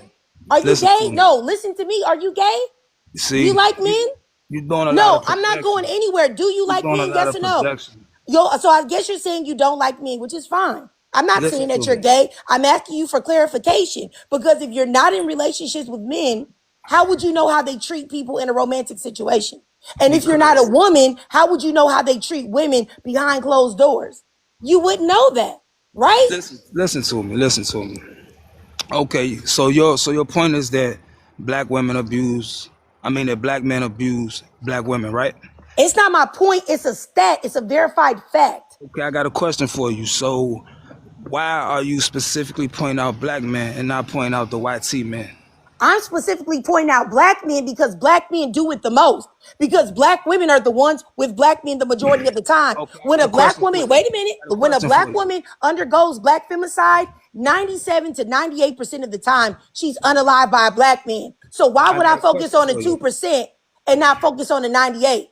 I'm not saying because that every white man is black women's friend or black white listen men to won't me. harm black women. They will do the same as well. But black men are doing it the most. Okay, now listen to me. You know that police have a choice to report certain crimes. You know that, right? They're not They don't have a obligated to choice do to that. report murder. Yes, they do. Unaliving can be Yes, they do. reported. That's why Yes, I'm see, you talking don't. about. Yes, they do. So you Yes, mean they to tell do. me that you want to disregard the black femicide rates and say that white men are choosing to report what? They're out here unaliving black women on a scale that's higher than the 90%, 98% rate that black men are doing it, that white men Listen are to doing me. it. Listen to me. Listen to me. You see, you already got a hostile attitude. I don't have a So hostile attitude. What I yes, you have do, because is you asked I'm me. tired. Listen No, to no, me. no, no, no. What I have is I'm tired of y'all coming up here and playing in my face. And coming up here and playing with my intelligence and coming up here and lying. The fact that you sat there and tried to put this on a white man is absolutely foolish. It's ignorant. First of all, crime mostly is proximity. The people that you hold space with, community with. Since black people normally don't hold space and community with white people, how would white men be doing the bulk of unaliving of black women? That's just simple logic, sir. Then you wonder why I'm being quote unquote aggressive? Because what you're saying is asinine. What are we talking about here? It doesn't even make logical sense. And what y'all want to do is y'all want to come up here with y'all GEDs, ain't seen a college, y'all have not seen anywhere where there is further higher education. Y'all have not seen a college campus. And y'all want to come here and debate things with me like y'all actually have some type of knowledge or understanding. That's what's crazy to me. Like, what are we talking about? Like, I don't even, what? So are you saying the white man did it? Is the white man the one doing it? It's the white man doing it and the Caribbeans and the Jamaicans, right? And the Africans. It's not the black American men though, right? Is that what you're saying? Big Don? You can go ahead and speak now. Is that what you're saying? It's the white men and the Caribbeans, the Jamaicans, and the Africans. So where your family from? Here, So here. have you ever been to Jamaica? No. Jamaica got the highest rate of incest. We're talking about the United States, sir. We're No, not you talking said about black Jamaica. men. I No, don't you care said about black Jamaica. men. I'm You not said black Jamaican. men. I'm You black said black American. men, right? I don't care about Jamaica. We're Your post talking said black. about the domestic violence and the femicide that happens to black American women here. So Listen address to me. that. Then Address your then that. your then your post Address say that. black You men. talk about some Jamaicans. I don't give a damn about Jamaicans. We're not talking about Jamaicans. You I'm not talking about debating. You black just say you American yelling. women. You big Sulan, right? You big Listen. Solan, right? So then why the fuck is you talking about Jamaicans? Huh? You Hey, a hypocrite to what you talking about. for You can't even somebody stand on business. for somebody college educated, you Somebody sound get your goofy ass up out of here. Oh my God, y'all. I apologize. I apologize for the language. It's very upsetting to me to see black men constantly and consistently embarrass the black community. Honestly, it's so like y'all don't understand. I'm gonna tell y'all a secret, okay? Deep down inside, I still hold a little bit of hope for black men. And when I have these discussions, I realize that the majority of black men are too far gone. They are completely insane and lack empathy towards the women whose wombs that they came out of, who to the women who are the reason why they're even able to be up here and exist. And it is just so absolutely disappointing and disgusting. And for anybody, oh, she don't know nothing about black men. I have a black husband, and I really realize at this point how truly unique and amazing of a person he is, because it is something wrong with you niggas. It's something wrong with you niggas, man. Oh my goodness. But let me just keep going. This is just like, honestly, it's, oh my goodness. Let me go ahead. Oh, just Kev, you wanna head out? I figured that you would, because you don't have a leg to stand on either. You was doing the same stuff in the comments. Why are we talking about black men? Is this a smear campaign? How dare you black women talk about y'all being abused and y'all being unalived? Why don't you shut up and be silent and take your beatings and get knocked behind the washer and dryer in silence? How dare you misrepresent the black man with the truth? Of course you gonna get down. I would too if I was you. Go ahead, supervillain. Yeah, I just want, because these men come up with a lot of conspiracy theories. So with the police thing and reporting red rum, you know what I'm trying to say. I can't say the word. Um, it's up to the people at the morgue who fill out your unalivement certificate. So I just wanted to correct that information because uh, dummy black men make up conspiracy theories and go and try to convince other black women of these dumb conspiracy theories. It's not just police that report unalivement, and it's up to your unalivement certificate when the body goes to the morgue. Like, they're not going to see a woman with a snap neck and think, oh, yeah, she unalived of natural causes. Like, these guys, and it's really apparent that they'd rather look like dummies than take accountability. That was the dumbest thing that could have been said. I wish you could clip that and make that a video because that was so dumb. Thank you. You know what, supervillain? I just, it's really like, honestly, it's shocking to me. It's really, you know what? I'm going to use Gabrielle's word again. I'm astounded at the mental state of black men, honestly, and the lack of care and empathy that they have for the women that they come from. Like, they literally do not care about anything that is going on with black women outside of how they can use them. That's it. And that's crazy to me. Even this like fascination that black men have with submission, like the other man that was up here that was talking about, you can get a woman to submit. Why do you care about somebody submitting to you? Huh? You can have this lady so-called submitting to you in the house, but you submitting to the white man every day. Collectively as black men, why aren't y'all concerned about that? Y'all submission. You know what I'm saying? But the idea that so many black men want to have somebody to tell what to do is very concerning and disturbing to me. Like, it's very weird. But I feel like having any type of hope at this point is just like, I promise, it's like, I feel like it's you know how you see like a fire, like a campfire, and the embers are like fading away, like the embers are dying out the fire.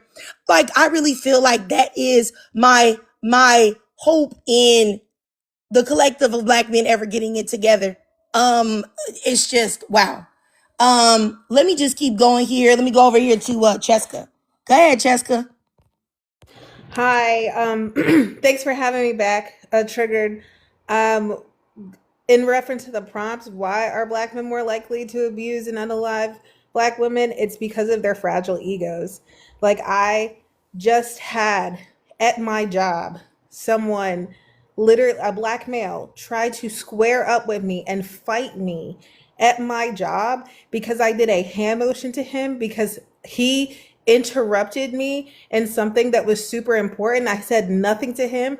I was just trying to grab my stuff and I like did a hand motion like give me to him, and he was literally, no joke, no hyperbolic terms, trying to square up with me. And I told him to leave me alone, and he kept on inching towards me. And then on top of that, he started to do a smear campaign about me, saying that I was approaching him some type of way, and I didn't say anything to him. And of course, all the other black men in there was standing up for him.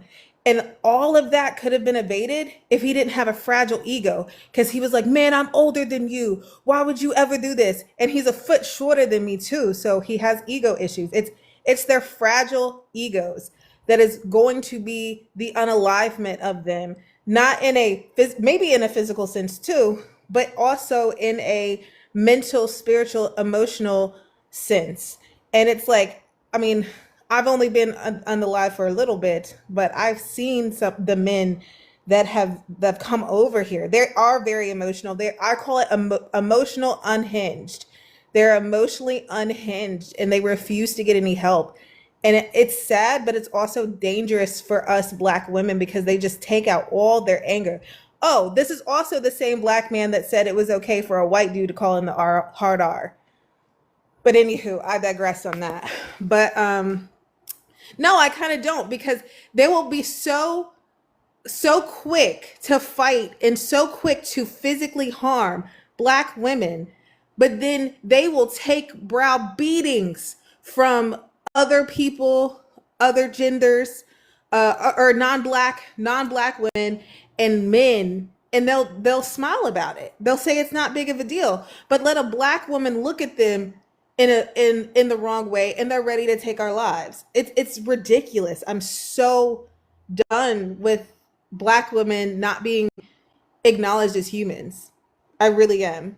And I'll land my plane there. All right, I got you. I got you. I appreciate you, Jessica. This person here in the comments, I think his name is Smoke Beats or something like that. He looks like a stereotypical Pookie, ghetto criminal, felonious Negro. The fact that you are out here calling somebody a baby mama and you don't know if they are, as you got a whole bunch of aluminum foil plastered over your teeth that I'm sure that you don't floss every day, and your breath smells just as bad as that money that you hold next to that prop money that you hold next to your face. This is exactly the type of black men that have a problem with black women telling the truth, because they are exactly the type of black men that we're talking about. A ghetto caricature of a low-life, uneducated hood booger with aluminum foil plastered all over his teeth, trying to pretend to be a caricature of a black man that rappers told you was cool. Because that's who told you that putting money next to your ear was cool. Rappers. Hood booger, ignorant Negroes. That's who told you putting aluminum foil on your teeth was cool. That's who told you to have the expression that you have on. You're a completely buck broken follower. So I know you're not trying to talk to anybody about anything because you don't have the sense that God gave you. All right. You're a walking stereotype. Do better, honestly. And this is what I'm saying. These type of black men that just honestly, I don't even know what to say. These type of black men are the ones that want to be in this live. You ain't read a book since you was in preschool, okay? With the pictures, you ain't read a book since then. The only thing that you know is LeBron James numbers, how many triple doubles he had, how many 3-pointers he had. What all of this? You don't know nothing about nothing. Please get your oh, and also when Lil Durk is gonna get out of jail. When what's the newest NBA young boy sound? Like, get out of here. Get your goofy butt up out my life. If y'all see this person, let me block him. Hold on. You got to get out of here, hood booger. Don't you have a parole officer that you need to check in with? You go ahead and check in with him. I'll do a favor and block you. So you could go ahead and check in with your probation officer. Whatever. Let me go up here to excuse my beauty. Go ahead, sis. Okay, good evening. Good afternoon. You guys are probably gonna get at me. However, as a BW woman myself, I feel like as women we need to take more accountability Do in you how live in the United States? I do actually. Okay, how long have you been here? I've been here for about 10 years. Okay, so I want to know why you would feel like we would get at you, unless you're going to speak on something that you don't know, which is the Black American community and what's going on in it. Well, you only been here 10 years. I hope you wasn't fit to do that, but you can go ahead. I was only talking on the basis when I was when I was listening in the comments what people were saying, and I believe what you were saying about black men, them BM men themselves. I feel as though as women we should take more accountability in how we speak to men. And when you was talking Okay, about so let me stop you right there. So you said you want Black women to take accountability for the way that we speak to men. So I just want to make sure I understand where you're going with this. So do you think that a woman should take accountability if she says something to a man and he knocks her teeth out or he unalives her? okay, Is that her fault? you said mouth because your Yes. mouth. Yes, if a woman says something to a man that he doesn't like and he punches her in the face, knocks her teeth out, or he unalives her, is that her fault? So what's the reason why you punched her in her mouth? Let's say she said something to him that he didn't like. But like I said, accountability. We should be careful. Okay, so it's her fault. I want to pin you down to an answer. Yes or no? Is it her fault? Yes, and yes, I can say it's her mouth. Okay, so if he also unalives her, it's her fault too? But how would we know? It's her mouth. It's her mouth. Her mouth. Okay, I don't know. I have to know the context of the story where we're going here. Okay, well, since we hold people accountable, you know what I'm saying, we could just do things to people if we don't like what they're saying. I'm just gonna go ahead and drop you because I don't like what you're saying. I think that you're an ignorant, bottom of the barrel piece of scum, a pick me. You're disgusting. You're repulsive. I pray that your wicked womb never produces any children. I hope that you're barren. And if you have girls, I hope they get away as soon as possible and get some therapy, because I know that they're going to be a very deeply conflicted and troubled individual with pick-meism and male-centeredness and just being willing to be a man's doormat. So I pray that you don't have any girls more specifically. And if you have sons, they're going to be no good, ignorant criminals that are going to be in and out of the justice system for putting their hands on women. But once again, I pray that your womb never, ever bears any fruit, because you're a horrible, disgusting human being. You know what I'm saying? So since we can just say things to people, do things to people because we don't like what they say, you shouldn't have any problems with what I'm saying. You said you rebuked me. Why is that, sister? Why is that? I already have kids. Why is that, sister? I thought you said that we have to take accountability. So don't you have to take accountability for the fact that you sat there and you said that women deserve what they're getting if they say something to a man that he doesn't like? It's so funny how we can use these insane rules for men's benefit, but we can't use them when it's used for women. How come? How come, sister? You said that we can do whatever. Men can do whatever if they don't like what a woman says. If she just simply says that something he doesn't like, he has the right to unalive her. He has the right to punch her in the face. So I'm not even trying to do that, sis. I just said something rude and nasty and out of pocket to you. That's my right, right? Or is that only in regards to men? Huh? You see what I'm saying? Like, and of course, you know what I'm saying? I don't mean to speak evil on this woman. I'm not a bad person. You know what I'm saying? I don't wish evil on her. I don't think that she should have any children, though. But it's so funny how the things that I said to her is a problem. You know what? Excuse my beauty. The person that's going to hell is you. You. You will be burning in the deepest, darkest pits of hell for the rest of your existence. Okay? But I really do find it to be crazy that this woman said, and you guys, can y'all tell me if y'all heard her? She said that a man has a right to punch a woman or unalive a woman if he doesn't like what she said, and that a woman has to take accountability for that. So what I said is that I'm not gonna punch you, I'm not gonna unalive you, but how come I can't say mean things to you because I don't like what you said? Why is that a problem? Didn't you say that men can do it? Huh? What are we talking about? Go ahead, that girl. Go ahead, sis. So in situations like what just happened, I think the reason why that I men can't, I can't hear you, sis. You there? I can't hear you, sis. How about now? Oh yeah, I can hear you now. All right. Okay. I think really in situations like what just happened, I think because there continues to be specifically Black women in an abuser's corner like that will condone this type of behavior.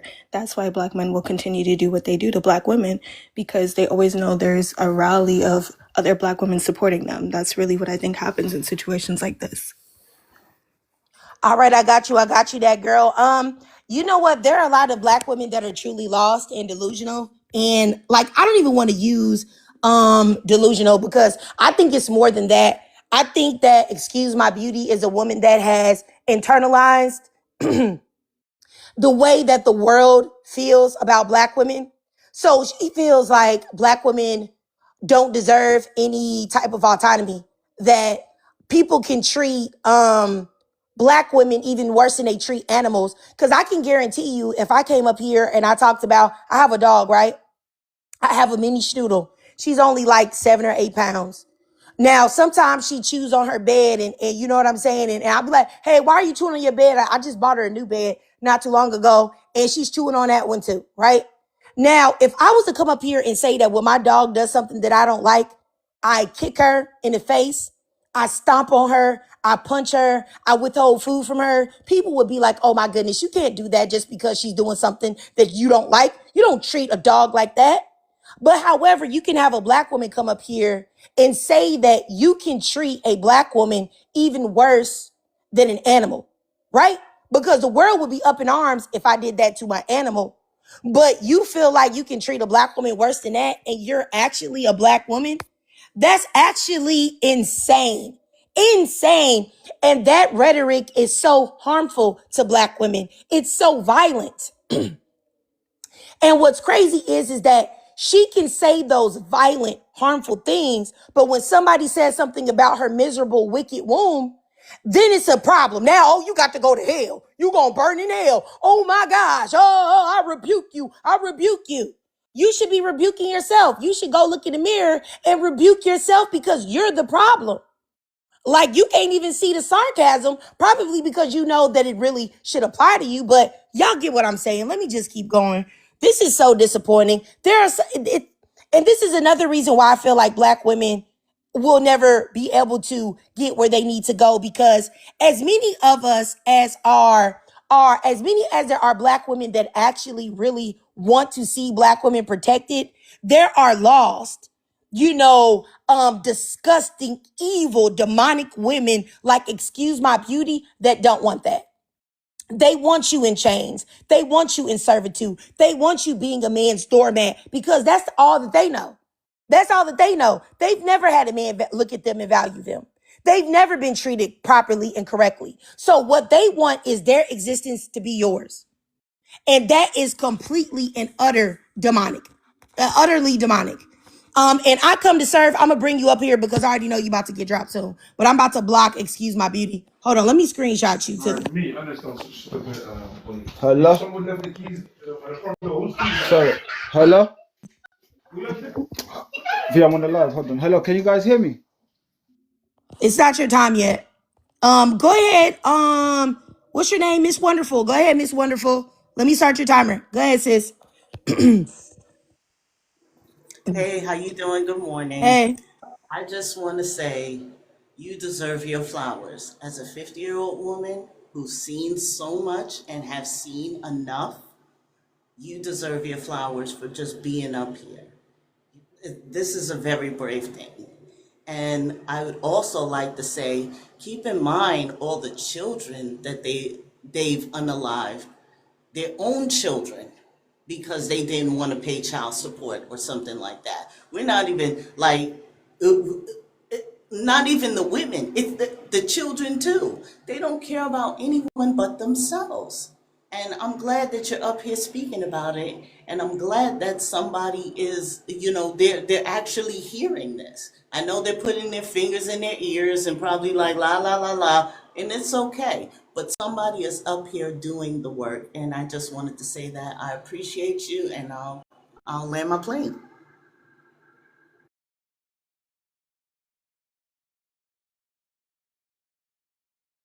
Much, sis, Miss Wonderful.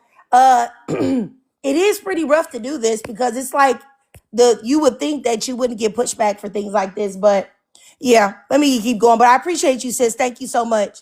Let me go up here to I come to serve. Let me start your timer because I don't feel like you'll be up here long. Go ahead.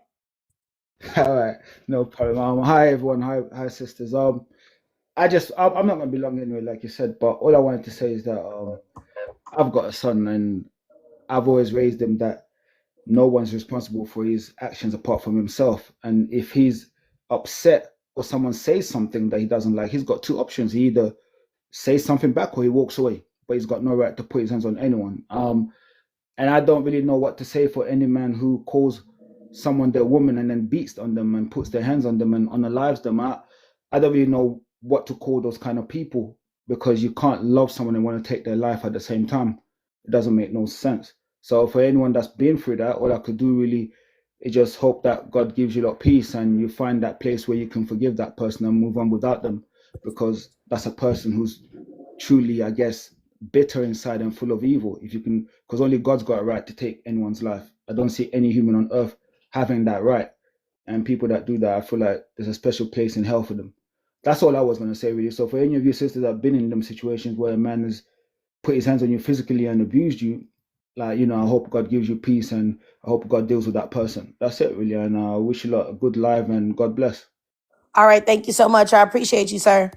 Yeah, you guys. Can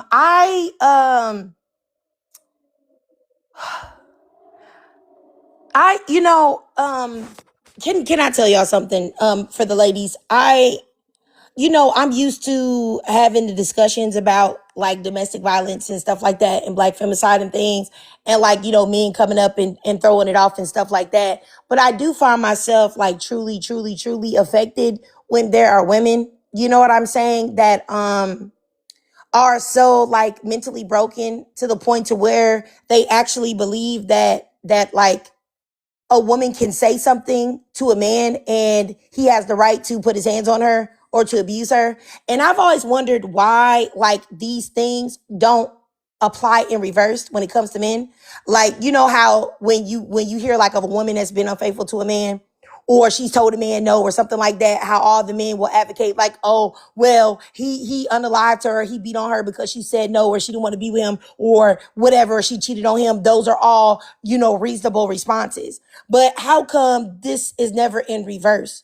You know what I'm saying? Like, I just don't know how you come to the conclusion as a woman that you and others that are just like you, other women, don't deserve the equality that you're, and I'm not saying that I think that women should be out here, you know, hurting men or abusing men or anything, but I just don't know how you become that male centered in thought. You know what I'm saying? It's really, I don't know, it's a really scary thing, honestly, to see women that think like that. And I really do believe that those are the women, when there are women in bad situations like being abused or being hurt or harmed, those are the women that tell you to stay. Those are the women that ask you, well, what did you do? How it was your fault. So go ahead and accept it. Those are the women that are complicit. And those are the women that push forth all of these horrible things that continue to happen to women across the globe. Because make no mistake about it, I'm talking about it in a black lens right now, but this affects women of all races. But because I'm black, of course, I'm just going to talk about black people, but y'all get what I mean. Let me go down here. I think Gabrielle has something to say, and then I'll go up here to after that to Tam. I think it is.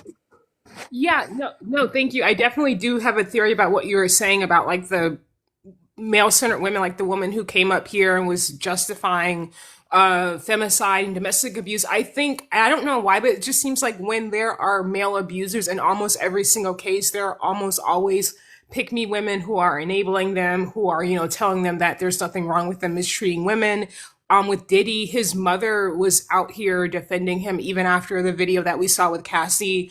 I think with DDG, his sisters, I believe, were giving Halle Bailey a hard time. So it's like a pattern. It's like these abusive males do tend to be enabled by pick me women. And I actually have like a personal example this I can give really quickly because I know the people have to go on the panel, but like, so like I've spoken in like the chat about like how my dad, when I was like a little girl, I didn't feel safe. I called the police on him. I have not spoken to my dad in like years. I haven't seen him in like a decade, and I'm not going to ever have any kind of contact with him. But there are women who are like Facebook friends with my dad, and I'll go to my Instagram. And when I go to my Instagram stories, these women who are friends with my dad, mind you, I never met these women as a little girl. I've never spoken to them, but these women will like constantly be in my stories. Like almost every single time I post, I see them on there, and it's almost like they're like doing some kind of surveillance for him. So it's like I've just, for some reason, pick me women do seem to gravitate towards abusive males. I don't know why they do. It's just a common dynamic that I've seen.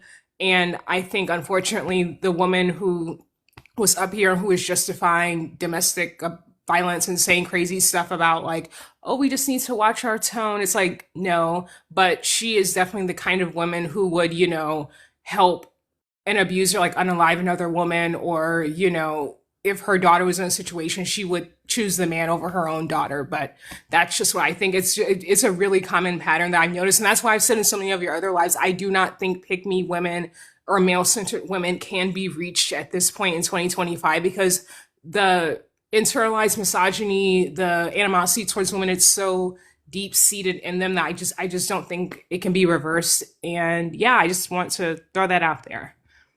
All right. I got you, Gabrielle. I appreciate you, sis, always. Let me go up here to let's see here, Tam. If I said your name wrong, you got symbols in there, so, or Tam. Go ahead. It's Tam, but Oh, thank you Tam. for Okay, sorry about that. yeah, it's okay, no worries. Well, you can call me Tam, but I'm gonna try and keep it quick. I'm at work right now, and with your prompt about why black men are more likely to abuse and unalive black women, Me personally, and this is just a theory I have in my little autistic brain, I feel like it goes back to generational trauma of slavery, the buck breaking and all that stuff. Basically, making the black man no longer to protect the black woman. And honestly, it also feels like a layer of coonery to just, I don't know if I can say that word, but I'm gonna say it anyway. A layer of coonery to just more appeal to the white man and white supremacists, and just further take down to the point to where you take a life of black women. And this is no excuse for black male behavior, no excuse whatsoever. It's just my little theory in my mind about why black men seem more likely, statistically speaking, to abuse and unlike black women. And thank you for having me on this panel. Okay, all right. I appreciate you, Tam Tam. Let me go over here next to it's Mia. Is that right, Mia? Yes. Okay, Yes, thank you. no problem. Great topic. I really have enjoyed everybody's perspective. I did get in here a little bit late, so I did not get to hear the woman that you guys had referenced a couple times. But to answer your prompt, why are black men more likely to abuse and unalive black women? I will say most of it's due to proximity. We tend to live in the same community. We tend to live together. So naturally, we're going to cause the most chaos on our community members due to proximity. Why are abusers uplifted? Tory Lanez, Diddy, Dre. I think a lot of that also is due to propaganda being seeped into our culture, because we don't produce our own music, we don't write our own books, we don't anything.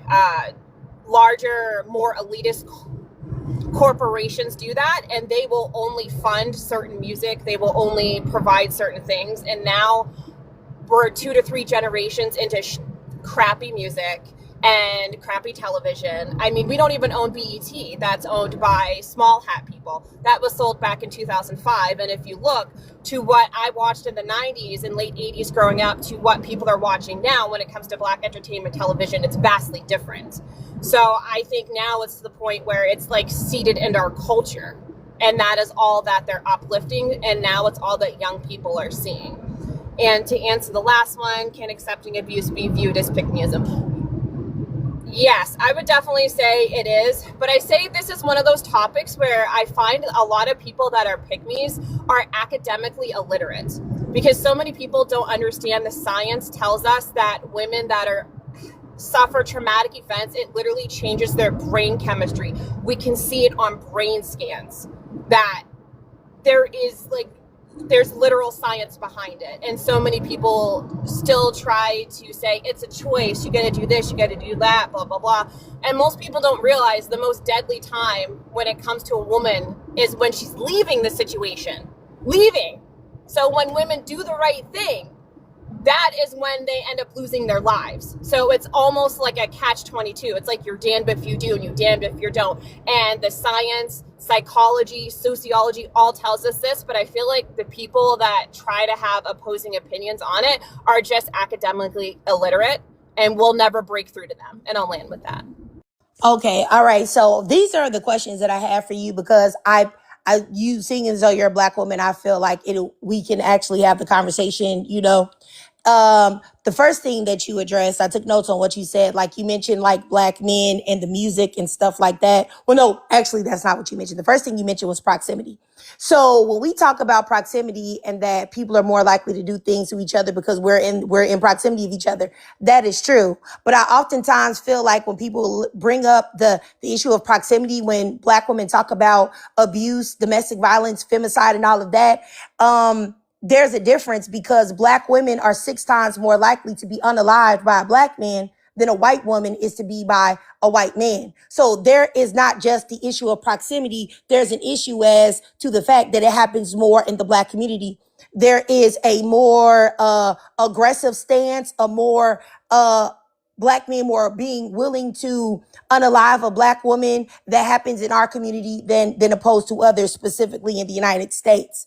So that's the number one thing I'd like to talk about. Where do we not just say use proximity as an excuse for the behavior of black men, but also address the fact that the numbers of their violent behavior towards us is higher than anyone else's here in the United States. And then number two, I wanted to address what you said about black men in the music, and that like we don't own our music and all of this other stuff. I think that a lot of times that once again is also a way to kind of, I'm not saying that you meant to do this, but it helps black men to avoid accountability, because the white man couldn't get NWA, which were the people that were the forerunners of gangsta rap music, which literally changed the whole dynamics of the black community, how black men saw themselves, how black men saw the world, is responsible directly for many a unaliving of a black man, or many a black man being in prison and never seeing the light of day again. There are plenty of studies that's done about rap music and the effect that it has on the black male psyche specifically, and that it causes a lot of actions in the black community.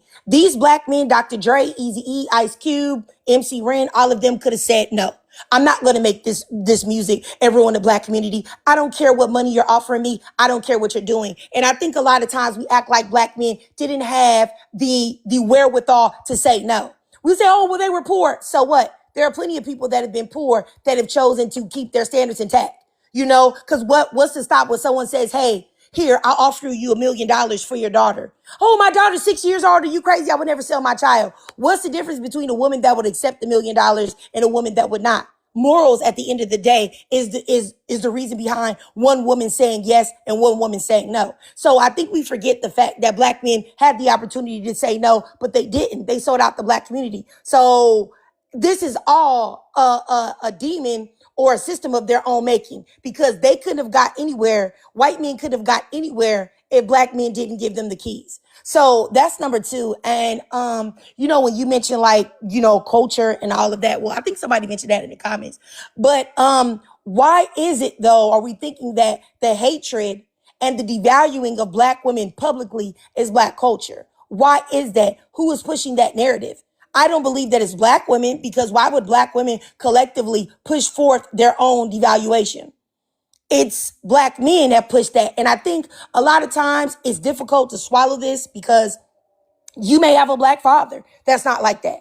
You may have a black son that you don't think is like that, or won't grow up to be that way. You may have a black husband that may not be like that. I'm giving all of these caveats to explain why I think some women can't accept that. But you have to understand that your reality is not everybody else's reality. And your reality is not representative for the collective, because the stats prove that the collective, there's a problem going on here. And if it's also, and what is one more thing I wanted to say, and if it's about proximity only, why is it that black women aren't responding in kind? Huh? Why is it that black women are not doing this on any notable level? Now, this isn't to say that there aren't some black women out here that have put their hands on men, that have unalived men and put men in the dirt. But if we want to compare stat for stat, black women do it very seldom. So what is the reason for all of these things? Am I able to respond? I'm sorry. I don't want to No, absolutely. Go ahead, sis. You can respond. All right. Thank you. Thank you. So I concur with your opinion on all 4 points. When I said proximity, I initially wanted to caveat that with epigenetics, but I wasn't sure how much time I had to get into kind of the epigenetics of why us as a community are more than likely to be more violent, given the fact that most of us are foundational blacks, so we're descended from slaves, but also all of the wars and all of that, they have found, science says, literally codes and changes our DNA to make us more violent. So every violent instance that happens to us begets more violence.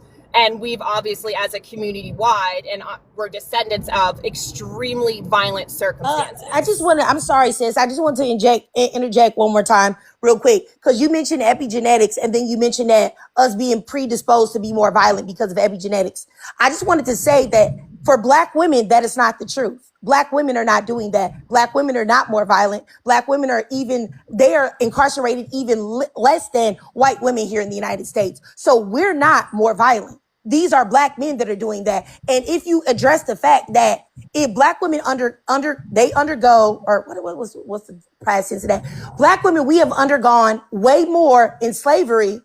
Let's just not, I'm not gonna play the tit for tat or who's had more. We'll just say black women and black men have both undergone extreme torturous circumstances in slavery at an equal level, and maybe even more so. So if it was an epigenetics problem, black women would be doing the same thing that black men are, and they are not. So I just wanted to say that. So I don't know if that can necessarily be used as a reason why, because if that was the case, black women would be doing it the same. Black women would be unaliving black men, putting them in the dirt all the time, beating on them, going upside their head, hitting them with pots and pans and getting their brains out while they're sleeping and a whole host of other things. But black women aren't doing that. But go ahead. I'm sorry for interjecting. No, that's a valid point. I was just thinking of epigenetics as a way to explain why black men seem to be inherently more dangerous. Yeah, I'm just saying though, if we were going to say that, it would have to be the both of us because we both have undergone the exact same thing. So that we would both have to be behaving. You might have a point to making that if we were both doing the same thing at the same level, and we're not. And that's easily, like, anybody, you don't believe me, you can easily go look it up. Look up black women's criminality, black women's crime rates, the things that we're doing, all of that, and you'll see that we're not doing any of that. If you look up our incarceration rates, you'll see that our incarceration rates have steadily declined since the early 2000s. And like I said, white women are more incarcerated than us. And to use white women, seeing as though you know how white privilege works in this country. So to see if we are less incarcerated than white women, then that means that we're really not doing anything. So yeah, I don't think that we can necessarily use that. I think that when we have the epigenetics discussion, I think that just gives black men another out for their violent behavior, and it doesn't encourage them to dig deeper and to think deeper about just simply the fact is that they don't respect the women that they come from, and they have to figure out why that is. Now, I think it does have a lot to do with self-hatred, but outside of that, I don't know, you know. Okay, that's fair. But yeah, I appreciate you. Fair. I concur. All right, I appreciate you, sis. I really do. I'm so glad we were able to have this discussion. I don't think if you'd have been a man, we would have been able to do it. Well, appreciate you. Yes, no, men definitely don't. They listen to respond. They don't listen to learn and ask questions. All right, thank you. I appreciate you, Mia. Let me go up here to Miss Maya. Go ahead, Maya. Hey, my name is Maya. I'm a black woman based in LA. And you know what? The comments have changed my mind. I was going to come up here and defend black men profusely because that's what I've been conditioned to do. But I'm not going to justify the men who are abusers. I'm not going to, I feel like I've been taught to defend all black people endlessly. But it's like, I'm not going to defend Bill Cosby. I'm not going to defend certain people. And so why are abusers uplifted? Because abuse is glamorized in the media. I love rap. Don't get me wrong. I'm not one of those people who hates rap. But you have to understand that a lot of rap songs glorify abuse. Look at You Don't Even Know by Rick Ross. Put Molly in her drink. She don't even know. That was a really popular line. I remember the white kids in college would shout that out because they were part of grape culture in their fraternity. So they loved that shit. And so, I think abusers of all races are uplifted. However, I think with our music and the way that it's been commodified and changed, now it's acceptable to say, ho, bitch, all these different things. Try not to use the cuss words. Oh, I'm so sorry, ma'am. I'm so sorry. I apologize. We love the TikTok shop that fixes the algorithm. And then can accepting abuse be viewed as pick-me-ism? As someone who did accept abuse for years from multiple partners, I had to look at my own role. It wasn't just them. It was also me allowing it to continue. And I had to ask myself, why are you somebody who's okay with putting up with abuse in exchange for what you think is love, but it's really just codependency? So I did EMDR, I went to therapy, I did all this stuff because I can't just blame the men who harmed me. I also have to take accountability for the fact that I wasn't willing to speak up to them because I was a pick-me, right? And so I often call myself a reformed pick-me. I don't act like that anymore. I quit alcohol, completely changed me. And now I don't accept abuse from men. But when I drank, I did. When I was younger, I did because I had no self-esteem and self-worth. And I think sometimes we say, look at these men doing these bad things, but we also have to ask women, like, why are you repeatedly being with abusers if there are women who are? What is going on in your insides that's making you take this? Was it your father? Is it your insecurities? Is it your former boyfriends? And so when I see women who are survivors, I always, ask them if they've done the healing work. Because this isn't just about what men are doing. There are women upholding men's behavior, and it continues. I am not blaming women. I am not victim blaming. I am a survivor of DV and all that. But I was someone who had a pattern and I had to break that pattern.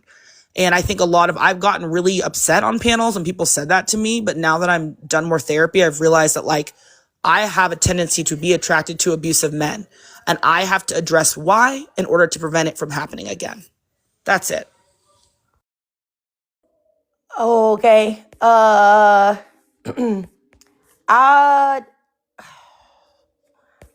you know what? I see you guys in the chat, and yeah, I just want to say that to any woman that has been a victim of abuse, I do believe that there are.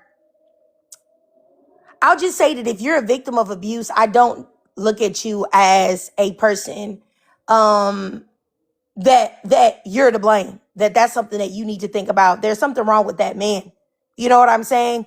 But I want you to think that, sis. I'm not blaming anybody. I do not want you to think that. I just am saying, as someone who had a pattern, I had to look at why I had that pattern. Does that make sense?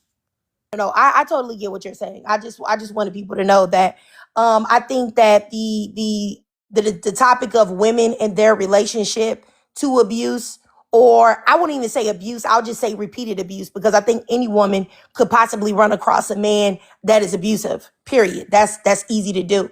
But I think that if there's a woman that is constantly attracting abusers, like every man that she's been with has been abusive, then that may be something that she might want to deeply look into and figure out, you know what I'm saying, why repeatedly she is attracting these men. But I think a lot of times when I hear women, they talk about how they've been with somebody that's an abuser or something like that, I don't think that that's something that they could need to delve deeper into. They just ran across an abusive man because there are a lot. Now, if it's a pattern, then that may require further investigation. That's all I was just trying to say. You know what I'm saying? And Miss Mac, I definitely understand what you're saying too. Miss Mac said, I'm not gonna question myself about some people just, I guess you're saying some people can't control themselves, but I think that's what you mean. But I understand what you're saying. I think that's what you mean. But let me go up here to Cheska. Yes, I'm gonna say Cheska. Yes, I just wanted to say something in regards to what was just said. I don't believe that the like a woman attracting an abuser, quote unquote, if you want to say that, I think that can be mutually exclusive to an abuser abusing, right? Unless you were what you were talking about, if it's a recurring pattern, then it's still not her fault that he lays hands on her. Like, we have to stop making excuses for men. And the fact of the matter is, men, if they want to hit a woman, they are going to. All right. Now, yes, there are different situations. There are different things. I am a survivor of DV, so this hits home for me. Like, I'm not ever blaming myself for what my ex did to me, because he chose those things. It wasn't me that was choosing it for him. And I understand that you said you were a domestic violence survivor too, dear. I am trying to clarify for the people in the audience. We have 104 people in here, that they are not at fault for their significant other or whomever, partner, whatever, hitting them because of whatever said excuse. Okay, it's mutually exclusive, and unless they are enabling it in some sort of way. But I think it's very dicey to tell somebody that they have a part to play in their own abuse like that. Uh, So yeah. okay, yeah. I mean, I get what you're saying, Jessica. I do. I'm also my first husband was abusive, so I totally get what you guys are saying. And I get what you're saying, and I think Rockabella, she says here in the comments that there's no accountability for women to take in their own abuse. I mean, I agree with you. And Navy says, I would say if all the women did the work and up their self-esteem, you would still have abusive men trying to abuse you with your high self-esteem. I think both of those things are true as well. I don't think that you should blame yourself. The only thing that I was saying, well, I can't speak for Miss Meyer or whatever, but the only thing that I was trying to say is that if, like you're a woman, you're dating, you like men or whatever, and you are like every man that you're coming across, you know what I'm saying, is an abuser. I'm not saying that you have to take on that pain or whatever, or like you don't look at yourself still as a victim. I'm just saying that you might want to think about like your discernment or whatever. What am I missing in signs that these men are showing you or showing me that shows me that they're could possibly be abusive or whatnot? That's all I'm Right. saying. And But the man is definitely to blame, though. At least I that's what agree I'm with saying. that too, Triggered. Like, I agree with that too, because now that I have been in that relationship, my eyes are open and they can't be closed again, right? Like, I'm able to see signs before most people see signs. Like, the number one cardinal sign of a psychopath is superficial charm and glib. If they're too nice, if they're too da da da da da, that's a super huge red flag for me, because I'm like, no, no, no, you're trouble. And I'm usually right. So yes, be aware of the signs, but also at the same time, a lot of women aren't, and a lot of women will choose that superficial glib and charm, thinking that they met Prince Charming, but they really met Lucifer. So No one thinks I was trying to blame the woman. I'm just saying that I had a pattern for 10 years that needed to be addressed. I was attracted to a certain type of man due to trauma, and that needed to be addressed. Was it his fault? 100%. Was it all their faults? 100%. But I didn't want to get in that situation again, and I was attracted to a type for a decade. So I had to ask myself, what is this about? Because I'm attracting, I was attracted to men who were alpha males who were very abusive. So I had to look at my own childhood trauma, my father, all these things, and say, you know what? I'm going for a type. And that's not my fault, right? It's not my fault. But I wanted to break the cycle of abuse. And I think that's okay. All right, all right. I got you. I got you. I got you. I don't know if this will come out of turn or something like that, but I feel like I'm gonna say it. I do feel like we as women, we do have power, we do have discernment, and I've talked to a lot of women that have been victims of abuse, and even myself, and I do really believe that a lot of times, if not every time, there are signs that are very obvious if you are willing to look and see, if your eyes are open, that a man has the potential to be abusive. um the way he talks, the way he acts, the things, his philosophies and ideologies that he holds against women and what he believes. So I don't believe that we as women are powerless to recognize these men. Not saying that it's your fault if you run across one, but I do believe that and even in my case, with my first husband, I do believe that there were very, very clear cut patterns and signs that were there. I just didn't recognize them at the time. Even when you have like if you ever went to like domestic violence like pages or websites and stuff like that, and they'll give you like a whole list of like signs and behaviors that can show you that that man may be abusive, even if he hasn't been abusive yet, that he has the capability of doing so. Yeah, so I think that is very important to keep that in mind too, that sometimes if you have a consistent pattern of being with those men, you may just not be looking at the signs, or you may disregard them. You know what I'm saying?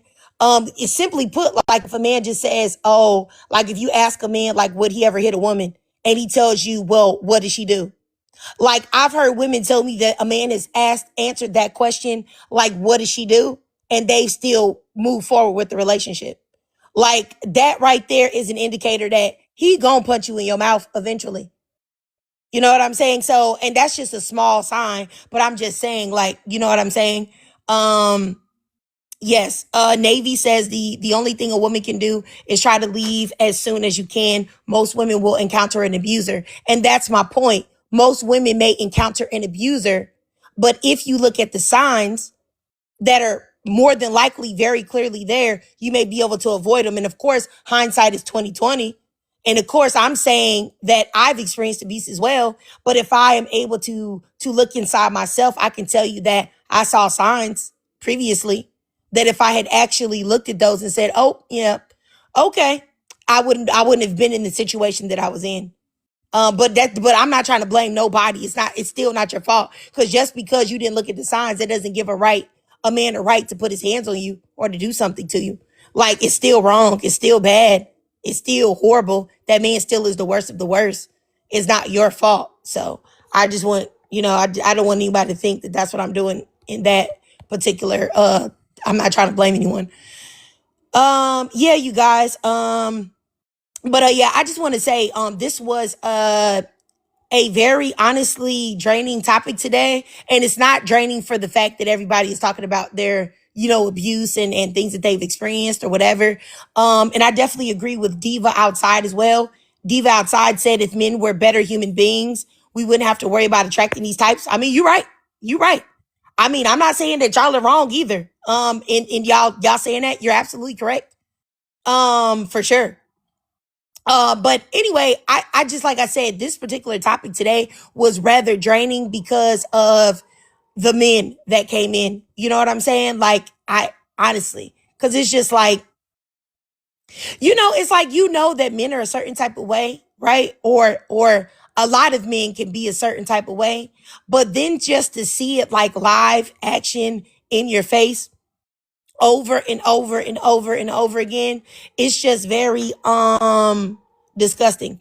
And this Elroy who said God will punish me, like, I really want you to understand that I'm rubber, okay, and you're glue, and everything that you say bounces off me and sticks to you. Okay. I really wish that y'all would. I probably dated myself. Oh my goodness. Elroy, I am rubber and you are glue. And everything that you say bounces off me and sticks to you. Did you know that? Did you know that, Elroy? Huh? Oh my goodness. Somebody, you are a child of the devil. You are the child of your father, Satan, the devil. Okay? And since you want to say that, I sent you a request to get in the box, but I bet you won't, though. And a lot of times, y'all are just cowards. Absolute cowards. The fact that you think that God would be on your side, and I'm talking about addressing and acknowledging abuse that Black women that Black women suffer, and how the fact that we uplift abusers in the Black community, and you think that I'm the problem is really crazy. Okay, let me block you, Elroy. You have don't. You have the day that you deserve, child of the devil. All right? That's where you are. You come straight from your father, the devil. And remember, I'm rubber and you're glue. Okay, bye-bye. Yeah, I blocked that person. And you know what? I also think that it's really crazy that, and this is another thing, is that people that use God and like Christ and the Bible and the devil in order to excuse abuse and violence against Black women, like, I find that to be real crazy. Like, that's actually nuts. Like, the fact that y'all think that that's a godly thing to do. Like, nothing that y'all say phases me. Like, y'all say crazy things to me every day. And I don't care. And it's just like that lady, excuse my beauty, that was up here that said that crazy stuff that a man should be able to punch a woman in the face or unalive her if she say something that he don't like. And then you can say something violent like that. But then when I say that you have a wicked womb, now all of a sudden you want to call upon Jesus. You want to call upon God. You want to rebuke me. Like, what? Ma'am. Like, what is wrong with you? Yes, somebody said that, Maya. Absolutely. I just, like, it just doesn't make any type of sense. But a Black woman, yes. I just want to say that y'all just don't know how, like, difficult having these conversations are, because it really lets me know that there are a lot of people in the world that aren't well mentally. Like, they're completely out of order. You have something to say, supervillain? Oh, that was my alarm. I'm sorry. Oh, no problem. I thought you had something to say, sis. But yeah, y'all, I mean, I don't know. This is very upsetting, but it is what it is. Let's see here. Marcy, you said because they believe it'll shut people up. I definitely think they do too. And I think that those people, they claim to be so religious, but they must not read their Bible at all. Because first of all, people that behave in the way that they do, those people weren't looked at kindly by God. And their words, the things they say, the things that they think have no power. That's why it's like I don't even it's like you what are you saying to me? It means nothing to me because the true enemy is you. Because if you think that I'm an enemy by actually bringing up black femicide, black women and black girls being ex-trafficked, domestic violence, the fact that we have this whole situation where we uplift abuse of black men in the black community, we look at a picture of Diddy and say, "Oh, hang in there, brother. Hang in there. You gonna be all right. You gonna make it through, Diddy." When you seen that this man literally was on video beating the brakes off of a woman, or you say, "Why are y'all talking about Dr. Dre when he has been known to violently abuse black women, beat the brakes off of them?" Or Tory Lanez that is currently doing a decade in prison for pew-pewing a woman.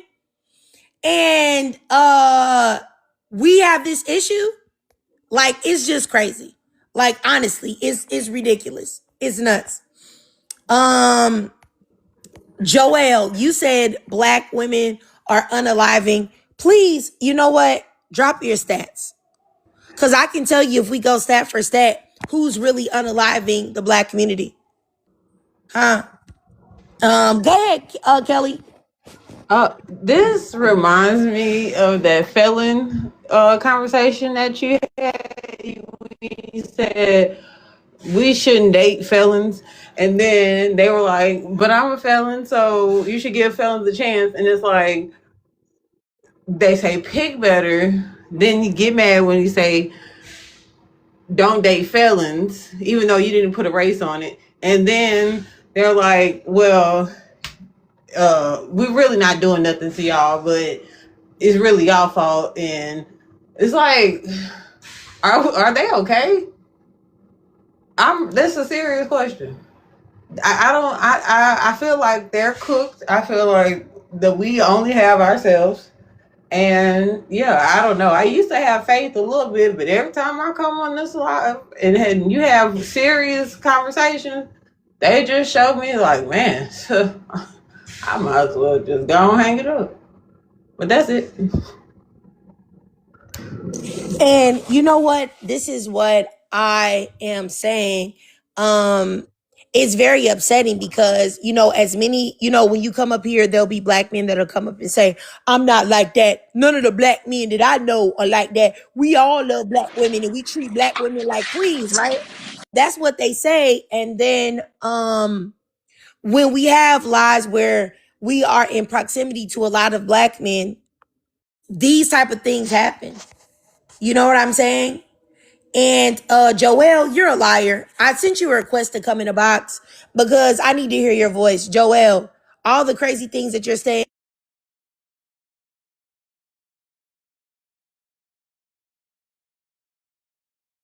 literally 5 seconds to come in the box. If you don't, I'm just gonna block you. That's it.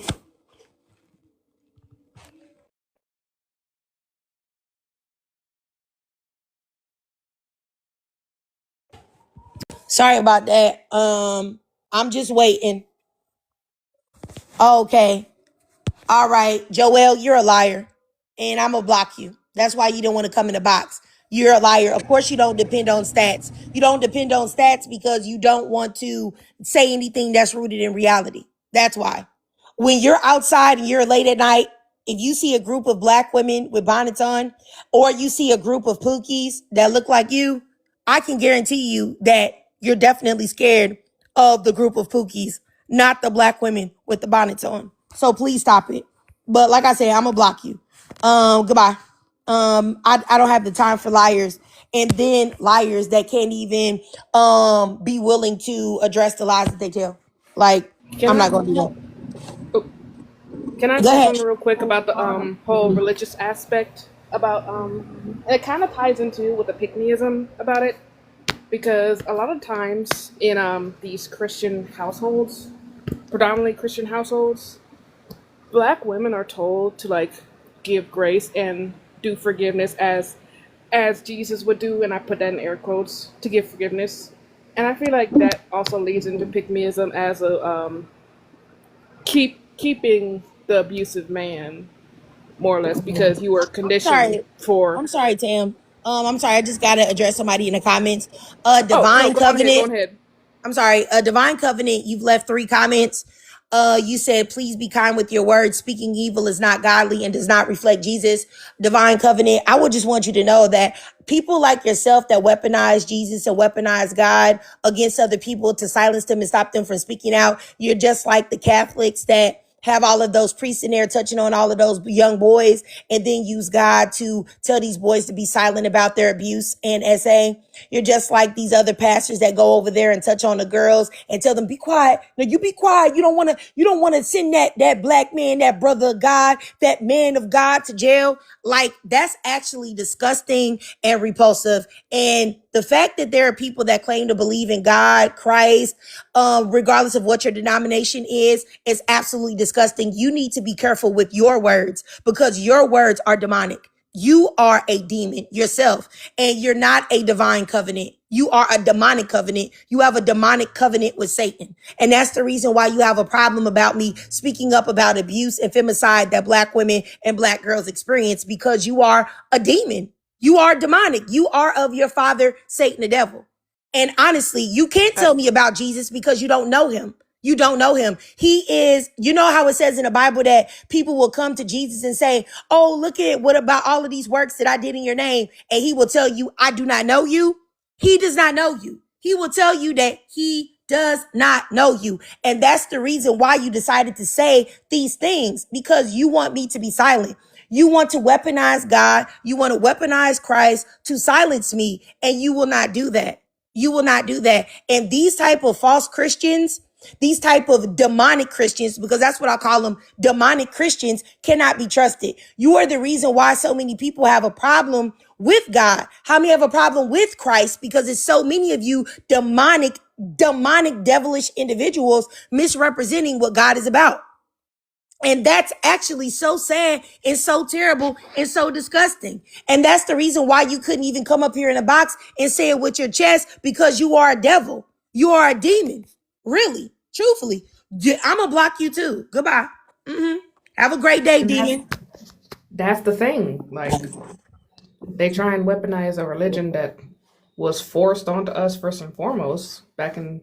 I have to go back to the slavery times because it all coincides But see, that's of what I'm saying. generational And that's trauma and not true. everything. That's not true either. Like when people talk about black people knew Christianity and knew the Bible way before the white man came along. Now, I will say that the white man decided to manipulate what was there. That is indeed true. But black people knew God, knew Christ, knew the Bible before then. Like I don't even want to make this a religious conversation. I just know that I do believe in God. I do believe in Christ, but I also do believe that there are a lot of people, and in my opinion, it's more than 50% of Christians that are false Christians, that are demonic, devilish demons, that use that as a way, as a weapon to harm other people, to abuse other people, to get people to be comfortable with abuse and SA and all other types of things. And I think that that is absolutely why so many people are against God right now to this day, because of people like the people that were in this chat today. And when y'all say Christianity and Christians and this, that, and the third, I want y'all to understand that those people are not Christians. Those people are not religious. Those people are not believers in God. They are not. They are demons that hide behind Christianity in order to abuse and manipulate and violate other people. Those are demonic, devilish individuals. They are not of God. And I understand that sometimes it can be difficult not to put them in the pile of saying that they are with God because that's what they're saying. But a lot of people say things that's not true. A man will say to a kid, hey, I'm your friend. I have some candy. Come get in here. But he's a demon. He plans to unalive or grape that kid. So understand that that applies to religion as well. There are plenty of people that hide behind God and hide behind religion, whether you could be a Christian, whether you're in Judaism, you know what I'm saying? Whether you're a Buddhist, whatever. There's plenty of people that hide behind religious ideology, and they are horrible individuals. So don't put it on the religion, put it on the people that are doing it, because The religion is just a religion. It's people that are faking it and doing these things to manipulate it that are causing the problems. So, and the whole God condones slavery and all this other stuff. I'm not gonna have a discussion about that because you know what they say about like religion. This is the reason why I stay away from talking about religion on my page. And also I don't talk about politics either, because those are the quickest ways to get people to go at people, to argue, go back and forth and cause chaos. And then you lost the plot of what we're talking about. So I don't care about what your political affiliation is or what you believe. I don't care about your religion, what you believe. You can believe in God, you can be an atheist, or you can be an agnostic, or you can do whatever you want to believe. You can believe that Christianity is stupid. You can believe that Islam is stupid. You can believe that Buddhism is stupid. I don't care what you believe in. I really don't. And I don't even choose to talk about it. The only thing that I just wanted to say is that people hide behind any type of ideology, and not just religious ideology or religious rhetoric. People hide behind everything and will pretend to be one thing, but they're another. And that's all I'm saying. So the only thing I want to talk about is black women, black femicide, abuse, and why it is okay for people to abuse black women in the black community and why that is acceptable. That's the only thing I'm gonna talk about. Like, I'm gonna talk about no religion, honestly, or God, or whether he exists or not. That's just a pointless conversation to have, because some people are gonna believe it and some people aren't gonna believe it, and you're not gonna be able to change anybody's mind. So it is what it is. Yeah. So it is what it is. But you guys, I think we've gotten far too off the point here. So I'm just gonna go ahead and get up off of here because we've lost the plot at this point. But I just want you guys to know I respect everyone's difference. Everyone has the right to believe whatever they want. And my space is for all black women. Like I said, you can believe in God, you can be an atheist, you can be agnostic, you can be a Muslim, you can be a Christian, you can be a Buddhist. I don't care. But I want all black women of all thoughts to come around because I love black women and black girls. So even if you disagree with my stance on, God, just know that I will never waver from my love and protection of black women and black girls. So, yeah. All right, y'all. I'm going to get up out of here, y'all. Appreciate y'all. Bye-bye.